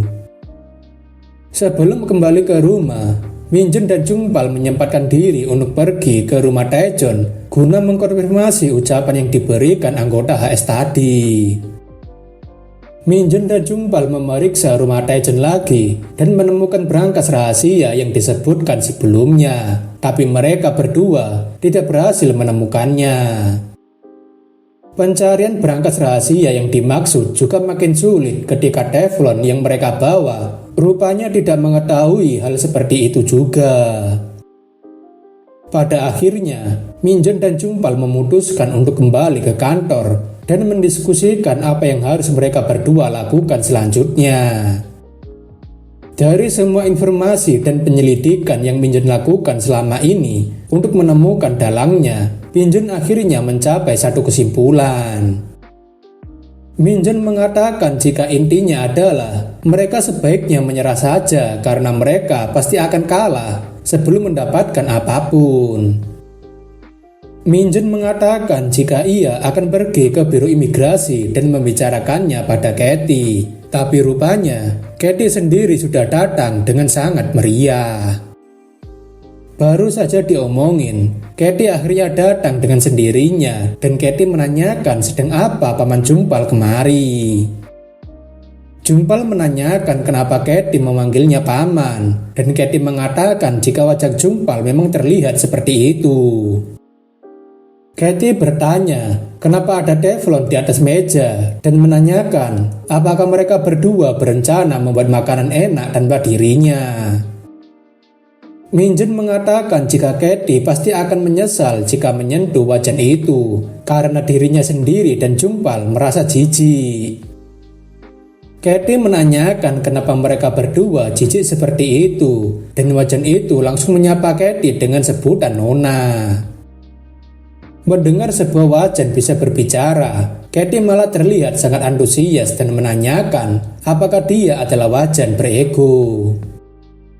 Wajan itu memberitahu jika Katie bisa memanggilnya bodoh dan Katie mengatakan ia senang berkenalan dengan bodoh. Tapi setelah dipikir lagi, Katie menanyakan apakah itu nama wajan sebenarnya karena rasanya tidak enak memanggilnya bodoh. Wajan itu kemudian memberitahu nama aslinya adalah Dignov dan Katie akhirnya tahu harus memanggil wajah itu sebagai sebutan Dignov.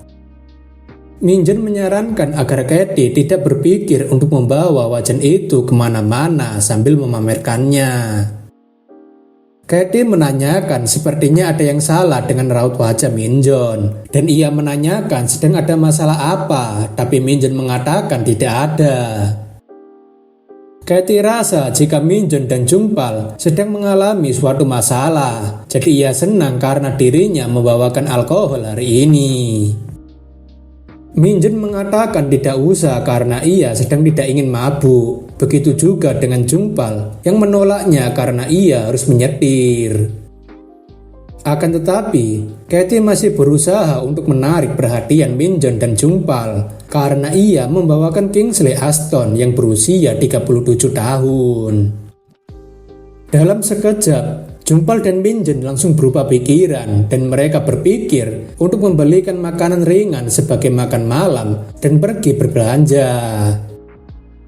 Malam itu juga, Minjun, Jumpal, dan Katie berpesta kecil-kecilan sambil meminum alkohol dan memakan makanan ringan. Setelah pesta kecil-kecilan itu selesai, akhirnya Minjun berbaring di atas kursi tapi ia merasa seperti sedang sekarat. Minjun berpikir apakah ia sedang diracuni, tapi ia merasa bukan itu masalahnya, karena ia hanya sedikit mabuk. Sembari berjalan di alam bawah sadarnya, Minjun bertanya kenapa ia sampai mabuk, dan berpikir mungkin itu karena putra mahkota Kekaisaran Gram yang memaksanya. Tapi ia ingat jika itu sudah 250 tahun yang lalu. Hal itu juga mengingatkannya ketika ia ingin melawan seorang nekromancer sendirian karena ia memiliki kutukan. Tapi Minjun rasa itu terjadi ketika dirinya masih baru memulai pekerjaan dan masih lemah. Tapi saat ini, Minjun menyadari jika dirinya harusnya berada di bumi dengan nama sebagai Ye Minjun, dan Minjun akhirnya terbangun dari mimpinya. Dalam keadaan yang tidak karuan, Dongchul menyapa Minjun dengan ucapan selamat pagi, tapi Minjun mengatakan seharusnya ini bukan pagi lagi. Dongchul rupanya memberikan surat pada Minjun karena ada pemberitahuan bahwa Jenkinson meminta kehadirannya hari ini dan sepertinya sesuatu pasti telah terjadi. Minjun tentunya langsung bergegas mengunjungi kantor Jenkinson setelah diundang, dan beberapa pengawal terlihat sudah bersiaga untuk kedatangan Minjun. Minjun punya firasat mungkin saja Jenkinson memanggilnya karena apa yang ia temukan bersama dengan Jumpal kemarin. Setibanya di ruangan kerja CEO, Minjun disambut oleh seorang wanita bernama Blair yang merupakan kepala sekretaris Jenkinson. Pada chapter sebelumnya, Minjun dan Jumpal hampir menemui titik buntu pada kasus menghilangnya Presiden Daejeon. Meski sudah mendapatkan petunjuk dari seorang anggota Human Society, namun nyatanya mereka berdua tak menemukan berangkas rahasia yang dibicarakannya. Alhasil, Minjeon dan Jungpal mencapai satu kesimpulan, yaitu untuk menyerah pada kasus ini sebelum masalahnya menjadi tambah banyak. Akan tetapi, keesokan harinya, Minjeon mendapatkan pesan dari perusahaan Jackinson bahwa mereka ingin membicarakan sesuatu dengannya. Sebelum bertemu dengan Blair, Minjeon sedang memasak terlebih dulu untuk sarapan sebelum berangkat. Namun Katie yang melihat Minjeon sedang memotong kentang membuatnya jadi penasaran. Katie menanyakan kenapa Minjeon tidak menggunakan pisau lainnya yang lebih baik, tapi Minjeon mengatakan jika pisau inilah yang terbaik. Mendengar hal itu, Katie jadi protes karena pisau yang digunakan Minjeon adalah sebuah relik yang digunakan untuk menumbalkan seorang manusia. Minjeon sambil tersenyum mengatakan jika itu bukan masalah. Lagian, kutukannya masih bisa dinetralisir menggunakan sihir. Katie lega mendengarnya karena ia mengira akan dijadikan tumbal oleh Minjeon. Minjeon kemudian menanyakan pada Jungpal apakah mereka sebaiknya mencari petunjuk di tempat lainnya hari ini. Jungpal mengatakan mungkin mereka berdua akan melakukannya, tapi sebelum itu ia harus memberikan laporan terlebih dulu ke kantornya. Jungpal sendiri nampaknya sedang fokus pada iklan parfum yang dibintangi oleh seorang elf bernama Arenda karena produk parfum baru yang berbau elf. Jungpal sendiri penasaran seberapa harum bau badan elf sampai-sampai mereka membuat produk baru yang berbau elf. Memikirkan hal itu, Katie jadi penasaran kenapa Minjeon tidak mengeluarkan bau badannya sama sekali. Katie menanyakan apakah Minjeon sedang dalam usia prima elf, dan Minjeon mengiyakan karena bau para elf tidak akan keluar jika diencerkan sebelum kuartal. Sekarang kita kembali ke tempat Minjeon bertemu dengan Blair, yang saat ini ia ingin mendiskusikan tentang masalah hilangnya Taejeon. Blair memberitahu jika kasus hilangnya Taejeon yang diurus oleh Minjeon membuat ketua Jackinson jadi cukup tertarik. Terlebih, setelah Minjeon memberikan identitas anggota HS yang ditangkap, ketua Jackinson ingin menghubungi agen yang bertanggung jawab atas kasus itu. Singkatnya, Blair ingin berbagi dugaan pada Minjeon tentang siapa kadal yang menyewa organisasi kriminal itu untuk mencari keberadaan Taejeon.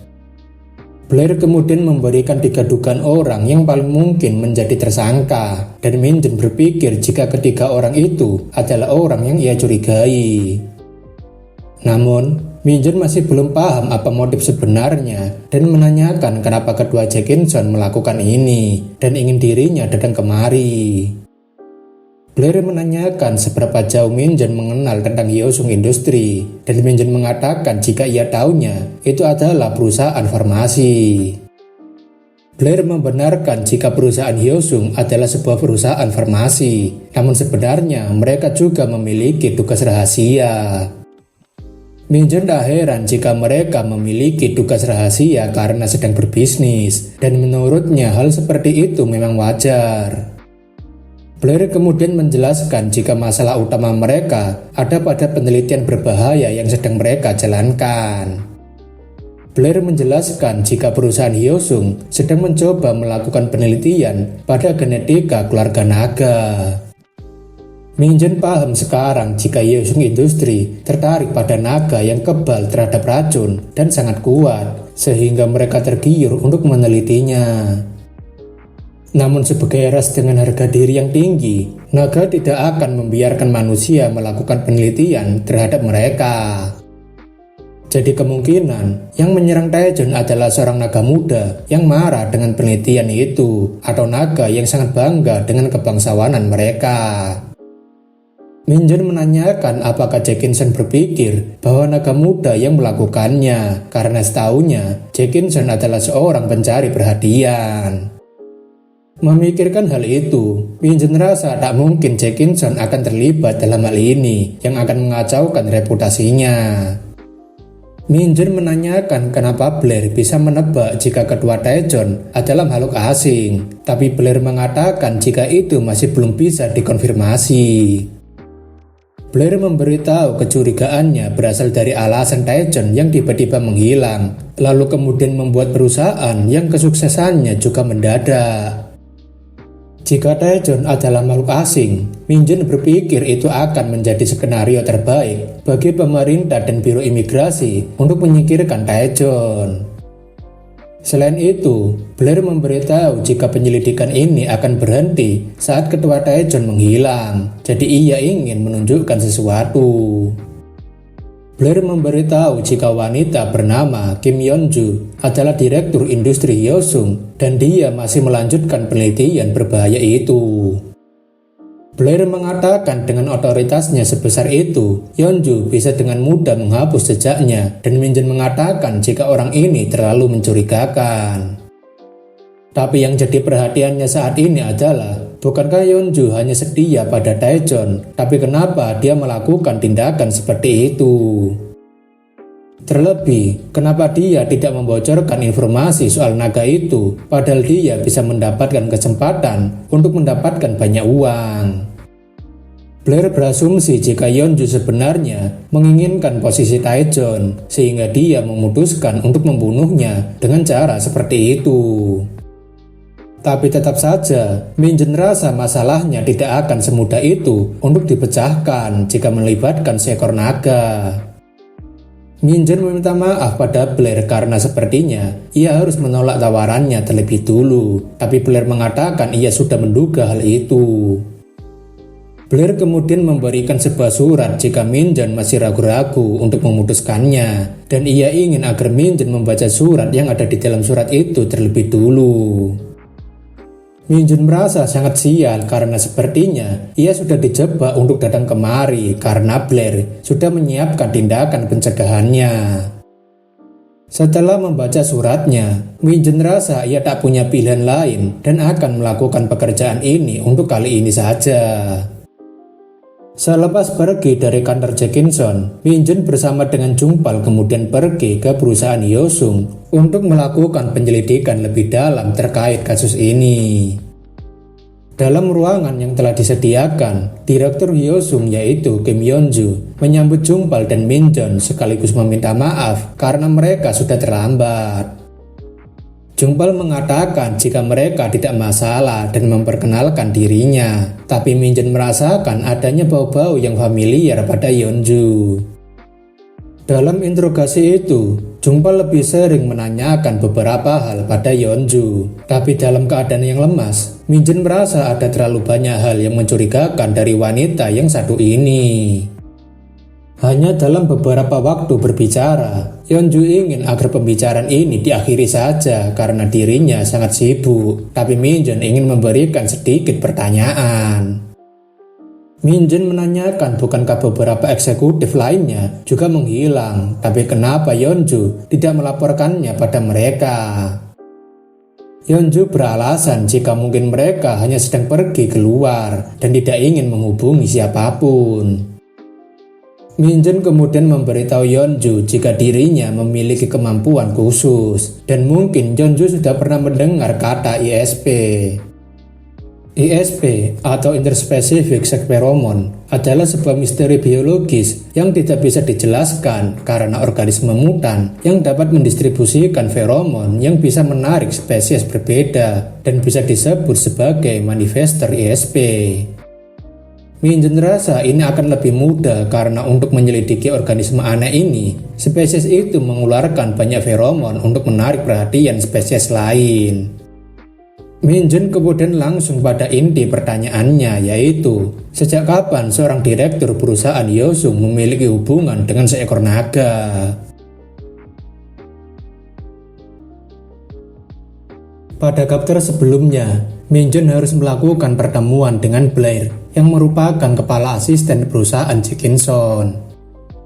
Blair ingin agar Min-jun menelusuri lebih lanjut terkait dengan insiden hilangnya ketua Taejeon yang melibatkan seekor naga.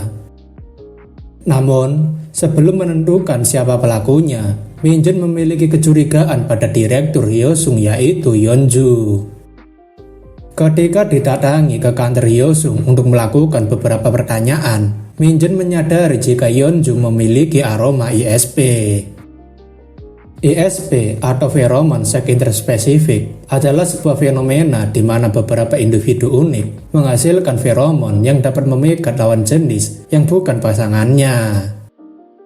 Minjun menanyakan pada Yeonju, bukankah ISP akan terjadi apabila individu seringkali melakukan kontak bersama, dan itu membuat Yeonju sedikit gugup menjawabnya.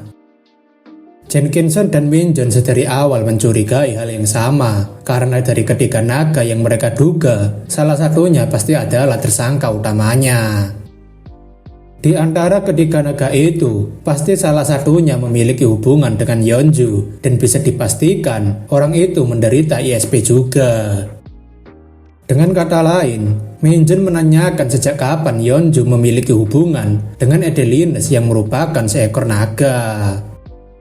Tapi sayangnya, Minjun tak mendapatkan jawaban apa-apa dari Yeonju karena dia sudah pergi duluan tanpa memberikan jawaban apapun. Jumpal sendiri merasa aneh dengan itu dan menanyakan kenapa Minjun langsung merujuk pada Adelines, tapi Minjun mengatakan itu hanya tebakannya. Karena wajan mesum terus-terusan berisik, Minjun akhirnya mengambilnya dan menanyakan apa maunya. Wajan itu mengatakan jika ia hanya terlalu bersemangat karena ia ingin menyampaikan sesuatu ketika mereka masuk ke Hyosung. Wajan itu mengatakan jika sepertinya Minjun dan Jumpal sedang membicarakan seseorang yang dikenalnya, dan Minjun menanyakan siapa yang dimaksud. Wajan itu mengatakan jika yang ia maksud adalah Yeonju, dan itu membuat Minjun jadi terkejut. Wajan itu mengatakan jika Yeonju seringkali datang mengunjungi rumah Taejon dan seringkali mampir setiap 1-2 minggu. Bahkan dia sering menginap di rumah Taejon. Minjun dengan wajah yang tidak percayanya mengatakan apakah itu sungguhan karena sepertinya ia tidak yakin. Jumpal kemudian memberitahu Minjun jika ia baru saja mendengarkan sesuatu melalui alat pelacak ini. Pada saat melakukan interogasi sebelumnya pada Yeonju, Minjun telah memasang alat perekam yang dipasangkan di tubuh Yeonjun. Dalam alat perekam itu, Yeonju sedang memberitahu seseorang bahwa ada 2 detektif yang baru saja datang menghampirinya. Yeonju menanyakan apa yang sedang orang itu lakukan dan kenapa ia masih belum juga menemukan 1 orang yang menghilang itu. Yeonju sangat kesal karena dirinya harus menemukan Taejon sebelum kedua detektif itu. Bahkan ia mempertanyakan kenapa seekor naga tidak bisa mensummon spirit.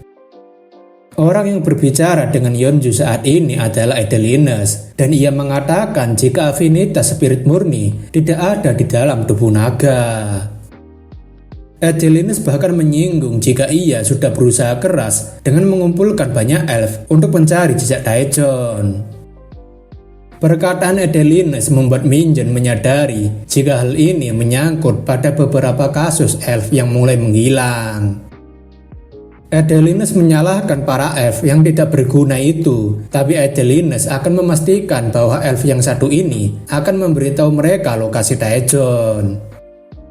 Adelines menyinggung jika ada seorang elf hebat yang bersembunyi di sebuah toko buku, jadi ia akan segera mengurusnya.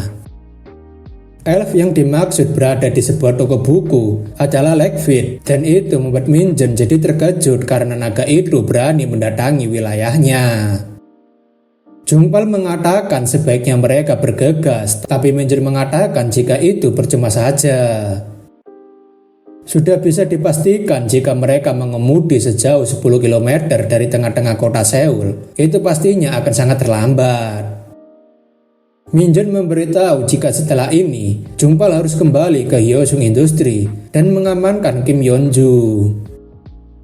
Minjun akan menggunakan War Magic, dan setelah ia berteleportasi, Minjun ingin agar Jumpal melakukan apa yang ia katakan barusan. Minjun ingin agar Yeonju dikurung di tempat yang aman hingga dirinya menghubunginya, karena orang itu bisa dijadikan sandera. Jumpal menanyakan siapa orang yang akan diancam itu, dan Minjen mengatakan tentu saja si naga busuk itu. Dalam toko buku milik Legfit, Adelines menyuruh Legfit untuk segera memanggil spiritnya dan melakukan pekerjaan untuknya. Legfit mengatakan permintaan seperti itu bukanlah hal yang mudah. Terlebih, ia tidak akan memanggil mereka di depan orang yang ia tidak percayai. Adelines yang seorang naga tentunya tidak peduli dengan hal itu dan memberikan sebuah dokumen yang berisikan Taejon untuk segera ditemukannya. Legfit menanyakan apakah Adelines tidak paham dengan apa yang diucapkannya tadi. Namun, hal itu malah membuat Adelines langsung marah dan mulai mengeluarkan kekuatannya untuk mengintimidasi Legfit. Auman yang berbalut dengan kekuatan sihir naga tentunya sangat kuat hingga membuat tubuh dan pikiran Legfit ikutan bergetar.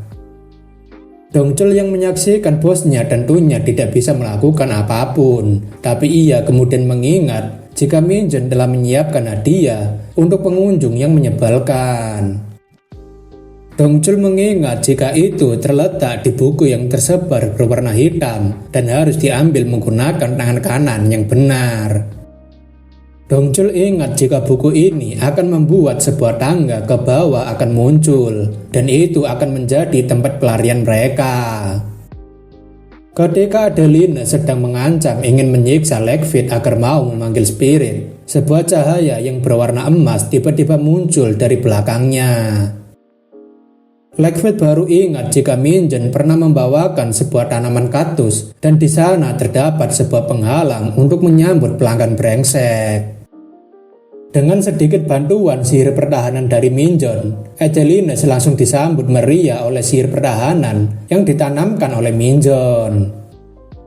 Hal itu pula membuat Dongchul bisa menyelamatkan Legfit yang sedang diancam oleh Adelines. Bersamaan dengan itu, Minjeon akhirnya muncul sambil memuji tindakan Dongchul dan itu membuat Dongchul jadi lega. Adelines yang terkena ledakan sihir dari Minjeon tentunya merasakan kesakitan yang hebat dan itu membuatnya semakin marah dan ingin menghancurkan toko itu. Tapi sepertinya Minjeon sudah mulai serius untuk melawan Adelines dengan mengeluarkan segenap kemampuannya, mengingat Adelines adalah seekor naga. Adelines yang melihat Minjeon menanyakan apakah dia adalah pemilik dari toko buku ini. Namun sayangnya, Minjeon tidak ingin membalas pertanyaan apapun. Adelines yang sangat kesal tidak dijawab, langsung mengatakan jika Minjeon adalah orang yang tuli. Minjeon yang sedari tadi sudah menahan amarahnya, tentunya merasa muak dan menanyakan balik siapa yang dipanggil tuli di sini.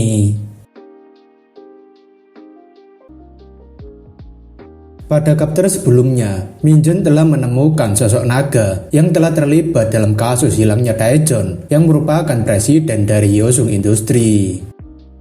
Namun ketika Minjeon ingin belajar lebih dalam lagi melalui Yeonju, ia menyadari bahwa Adelines sedang mengincar seseorang yang tidak lain adalah Legfit yang berada di dalam wilayah perlindungannya. Meski Legfit sempat dalam keadaan kritis karena Adelines yang menggunakan amukannya, tapi berkat Dongchul yang mengingat pesan Minjeon membuatnya berhasil menyelamatkan Legfit. Berkat kewaspadaan Minjeon dalam menyembunyikan sihir perlindungan, Minjeon akhirnya bisa datang tepat waktu untuk menolong mereka berdua. Tindakan Adelines yang menyerang Legfit untuk mencari petunjuk soal Taejon membuatnya harus menjadi sasaran amukan Minjeon hari itu juga. Minjeon memberitahu jika ia tahu bahwa Adelines baru berusia 64 tahun dan baru 6 tahun menerima izin bersyarat untuk pindah ke bumi. Alasan kenapa Adelines tidak mendapatkan izin sepenuhnya adalah karena ada masalah yang terjadi di dimensi sebelumnya yang Adelines tempati. Adelines tentunya jadi kesal karena bisa-bisanya seorang manusia biasa mengetahui informasi miliknya yang sangat rahasia. Minjeon mengatakan sepertinya Adelines tidak tahu siapa dirinya karena Adelines hanya ketakutan di hadapan naga lainnya dan tidak pernah pergi ke pertemuan para naga. Adelines yang tersinggung oleh Minjon tentunya sangat marah dan ia berniat untuk bertarung habis-habisan dengan Minjon. Minjon menanyakan apakah Adelines tidak takut berubah di tempat seperti ini karena ia yakin para tetua naga pasti akan senang melihat kekacauan yang dibuatnya. Adelines yang diberitahu bahwa para tetua naga akan bertindak jika dirinya berubah menjadi seekor naga di tempat umum, membuatnya memikirkan ulang tindakannya. Minjon kemudian memberitahu Adelines agar mengikutinya karena ia memiliki tempat yang bagus agar Adelines bisa mengamuk tanpa memikirkan para tetua naga. Adelines dengan wajah senangnya tentunya akan mengikuti Minjon ke tempatnya dan berjanji akan membuat Minjon menyesali perbuatannya. Jauh dari keramaian kota, Minjon telah menunggu Adelines dengan wajah yang cukup menyeramkan sambil mengatakan Adelines pasti takut pada para tetua naga karena sampai mengikutinya kemari. Adelines tentunya meremehkan Minjon karena seorang manusia bisa-bisanya bilang jika dirinya telah masuk ke dalam perangkap Minjon. Adelines kemudian mengatakan hanya ada satu kepastian di tempat ini, yaitu kematian Minjon yang berani memprovokasinya. Pada saat itu juga, Adelines tidak menahan dirinya dan langsung berubah menjadi seekor naga asli yang bersiap untuk menyerang Minjon.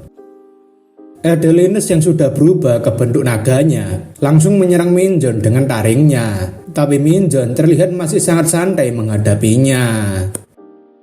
Serangan Adelines sebagai seekor naga tentunya bukan main-main hingga membuat area serangannya membekas, tapi itu membuat Minjon ingin mengingat terakhir kali ia berburu seekor naga. Karena tangan Minjon masih belum sembuh setelah menggunakan warp magic karena keadaan darurat sebelumnya, Minjon sepertinya tidak punya pilihan lain. Minjon yang tidak bisa menggunakan tangan kirinya untuk sementara, memutuskan untuk memotong tangannya sendiri menggunakan relik terkutuk. Dengan menghilangnya tangan kiri Minjon, sebuah energi hitam juga ikutan muncul di tempat Minjon memotong tangannya. Adelines yang melihat Minjon sedang melakukan sesuatu tentunya tidak ingin membiarkan Minjon melakukannya. Energi hitam yang memancar deras di sekitar Minjon rupanya mulai membentuk tangan baru untuk Minjon. Jika dipikir-pikir lagi, Minjon sepertinya memiliki sihir hitam yang sangat overpower. Karena Adelines sudah berani mengacau di wilayah yang ia lindungi, Minjon bersumpah akan membuat Adelines menerima akibatnya. Minjon sendiri tampaknya sudah tidak boleh bersantai lagi karena Adelines sepertinya mulai mendekat ke arah Minjon.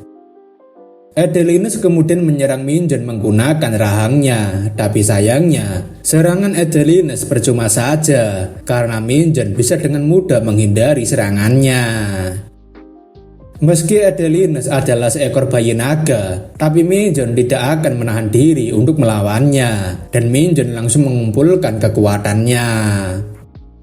Setelah sedikit mengumpulkan kekuatannya, Minjon melancarkan pukulannya tepat di dagu Adelines dengan sangat kuat hingga Adelines terlihat merasakan pukulannya. Adelines yang sempat sempoyongan jadi tak percaya karena ada seorang manusia yang bisa mengeluarkan kekuatan sebesar itu. Karena serangan biasa tidak mempan pada Minjon, Adelines langsung memutuskan untuk mengeluarkan kekuatan nafas naga miliknya kepada Minjon. Minjon rasa Adelines sudah gila karena bisa-bisanya berpikir untuk menggunakan nafas naganya di tempat seperti ini. Minjon kemudian mengeluarkan sihir blink untuk berpindah ke atas kepala Adelines dan ia menanyakan apakah Adelines berencana membakar hutannya menggunakan nafas itu. Agar bisa dengan cepat mengalahkan naga, Minjon mengingat bagian kelemahan naga dan mengincar bagian kontrol keseimbangan otak posterior. Dengan menyerang bagian otak yang tepat seperti itu, Minjon bisa membuat Adelines mengalami gegar otak dan Minjon mulai menyerangnya. Serangan Minjon tampaknya benar-benar sangat kuat sampai bisa membuat Adelines membatalkan nafas naganya. Minjun rasa serangannya tadi sudah berhasil tepat sasaran karena sihir pertahanan yang melindungi tubuh Adelines sebelumnya telah melemah. Dikala sihir perlindungan naga melemah, Minjun mulai ke langkah selanjutnya, di mana ia harus memberikan kutukan pada Adelines. Adelines tentunya terbangun karena merasakan kesakitan, tapi itu memang sudah menjadi tujuan Minjun untuk memberikan hukuman padanya. Minjun kemudian memberikan tekanan pada titik yang bisa menyebabkan tubuh bagian bawah Adelines menjadi lumpuh. Adelines yang merasakan kesakitan ingin Minjun segera berhenti karena ia masih ingin hidup. Namun sayangnya, Minjun sudah tidak peduli dengan omong kosong Adelines dan terus menusuknya. Minjun mengatakan meskipun Adelines itu dungu dan lemah, tapi seharusnya dia bisa menjadi sedikit lebih pintar. Minjun menyinggung jika siapapun yang berani mengganggu ataupun menyentuh wilayahnya, itu tidak akan berakhir dengan baik-baik saja.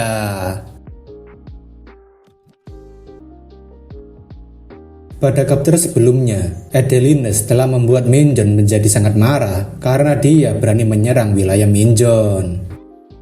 Karena Minjun tak mau Adelines membuat kekacauan di tengah kota, Minjun mengajak Adelines ke sebuah hutan yang jauh dari perkotaan.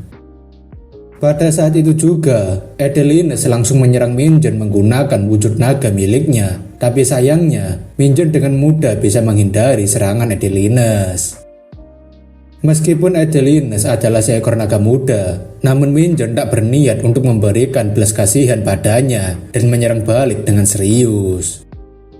Beberapa kali Minjun berhasil memukul Adelines sampai membuatnya harus terjatuh dari udara ketika harus dipukul berulang kali oleh Minjun. Biarpun Adelines terlihat sudah sekarat dan tidak bisa bergerak lagi, tapi Minjun tidak ada niatan untuk berhenti karena ia tidak bisa membiarkan orang asing mengusik wilayahnya. Adelines yang terus-terusan disiksa oleh Minjun tentunya sudah tidak bisa bergerak meminta ampun, tapi sepertinya Minjun masih belum ada niatan untuk berhenti. Ketika Minjun ingin melanjutkan penyiksaannya, seseorang mengatakan jika sebaiknya Minjun segera berhenti dan jangan sampai kelewatan batas. Minjun sebenarnya penasaran dengan siapa yang sedang berbicara melalui telepati dengannya. Orang itu mengatakan jika Minjun sepertinya terlalu berlebihan, dan ia mengatakan jika ia akan sangat senang jika Minjun mau menyudahi semua ini. Orang itu tampaknya sudah sedari tadi menyaksikan pertarungan Minjun dari suatu tempat, dan orang itu tidak lain adalah pemimpin dari perusahaan Jenkinson. Minjun mengatakan ia meminta maaf, tapi Minjun memberitahu jika sepertinya ia tidak bisa melakukan apa yang dia minta. Minjun mengatakan jika bajingan ini telah menyerang wilayahnya terlebih dulu, jadi ia tidak bisa tinggal diam begitu saja. Jenkinson mengatakan ia tahu soal itu dan akan mengurusnya sendiri, tapi Minjun membalas jika Jenkinson tahu maka seharusnya dia tidak mencoba untuk menghentikannya. Jenkinson mengatakan pada Minjun jika ini adalah masalah rasnya, jadi ia tidak punya pilihan lain, dan ia meminta Minjun untuk segera berhenti supaya ia tidak menjadi orang yang lebih picik dari ini. Jenkinson kemudian mengingatkan agar Minjun tak sampai menyinggung Draconic Code, di mana itu adalah hukum naga yang menyatakan hanya ras naga yang bisa membunuh naga lainnya, dan jika dilanggar orang itu sama saja dengan menyatakan perang melawan seluruh naga. Minjun mengatakan ia tahu hal itu pastinya sulit dilakukan. Terlebih, Jenkinson pasti merasa sangat kesulitan dengan peraturan semacam itu. Jenkinson mengatakan sebaiknya Minjun jujur saja padanya, karena tidak akan ada yang bisa menguping percakapan mereka.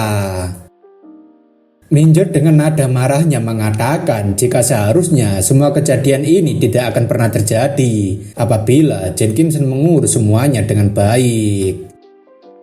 Jenkinson jadinya tidak bisa membalas apapun karena masalah yang ditangani Minjun malah melibatkan rasnya sendiri.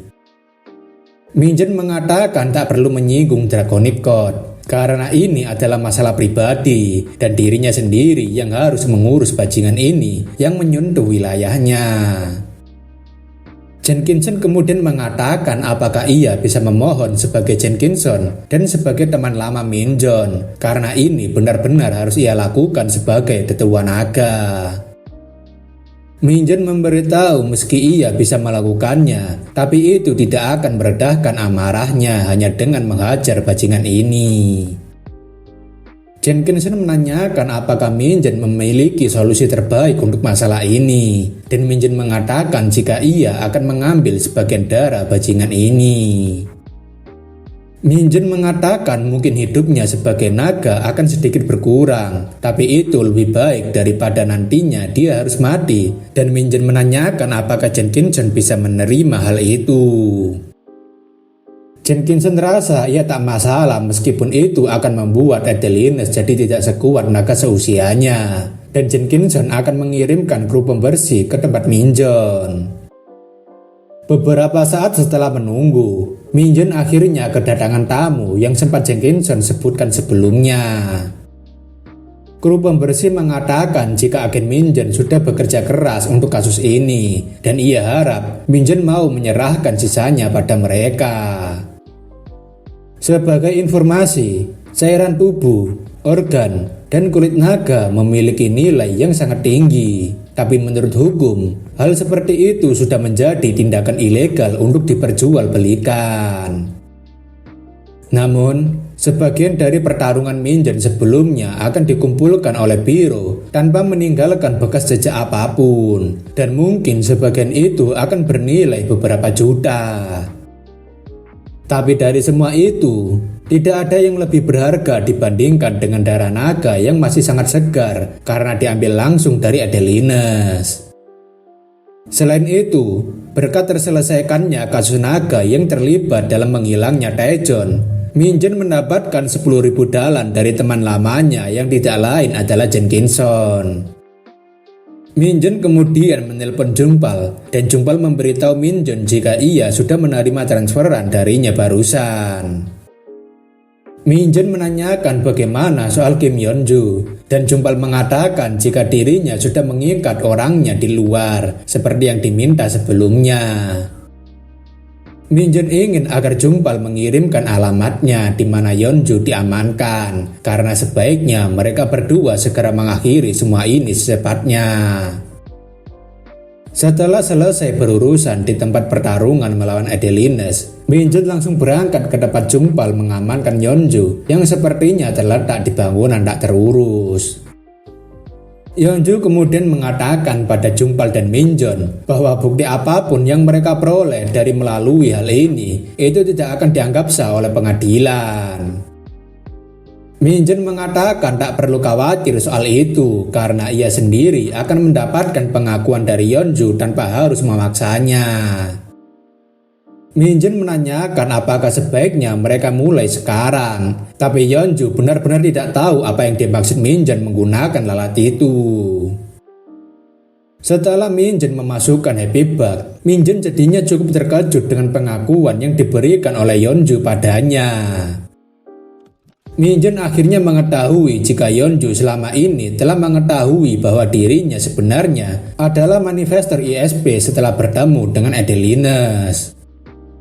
Hal itu juga rupanya sudah diketahui oleh Taejon yang ingin mempelajari ISP Yeonju dengan mulai mengambil sampel darahnya secara teratur. Penelitian yang dilakukan Taejon tentunya membuahkan sebuah hasil di mana darah manifester ISP dapat mempengaruhi darah naga dan mengidentifikasi prinsip-prinsipnya. Demi melakukan penelitian seperti itu, Taejon rupanya membutuhkan darah naga dalam jumlah yang sama seperti dengan jumlah darah yang diambil dari manifester ISP. Tapi yang jadi pertanyaan Minjon adalah bagaimana bisa Taejon mendapatkan darah naga sebanyak itu? Padahal seharusnya Taejon tidak memiliki kontak apapun dengan ras naga lainnya. Dari mana Taejon mendapatkan semua darah naga untuk melakukan penelitian itu? Dan hal itu membuat Minjon menyadari sesuatu. Minjun kemudian menanyakan pada Jungpal di mana rumah lain milik Taejon selain yang ada di Hamnangdong. Keesokan harinya, Minjun mulai berangkat mencari di mana kemungkinan Taejon bersembunyi, dan Minjun mencurigai bahwa Taejon bersembunyi di villa miliknya di Gangwon. Minjun kemudian menelpon perusahaan Jenkinson, namun sepertinya telepon itu diangkat oleh Blair, dan Blair menanyakan ada apa pada Minjun. Minjun ingin agar dia segera dihubungkan pada Jenkinson, tidak peduli sedang sibuk apa dia, karena Jenkinson harus menerima telepon darinya. Minjun memberitahu jika ini berhubungan dengan imigran gelap yang memiliki asal-usul yang sama dengan Jenkinson, yang tidak lain adalah ras naga. Sore itu, di sebuah pantai kecil di pinggiran kota, mobil Jenkinson nampaknya sudah sampai di lokasi yang diberikan oleh Minjun. Jenkinson mengatakan semisal ia tahu bahwa akan bertemu dengannya lagi seperti ini, maka seharusnya ia mengajaknya pindah bersamanya dari dulu.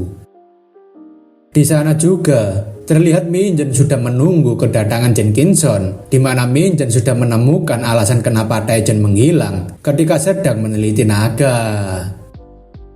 Alasan kenapa dia bisa menggunakan homunculus yang sangat mahal sebagai tubuh pengganti untuk bunuh diri, jawabannya rupanya sangat sederhana.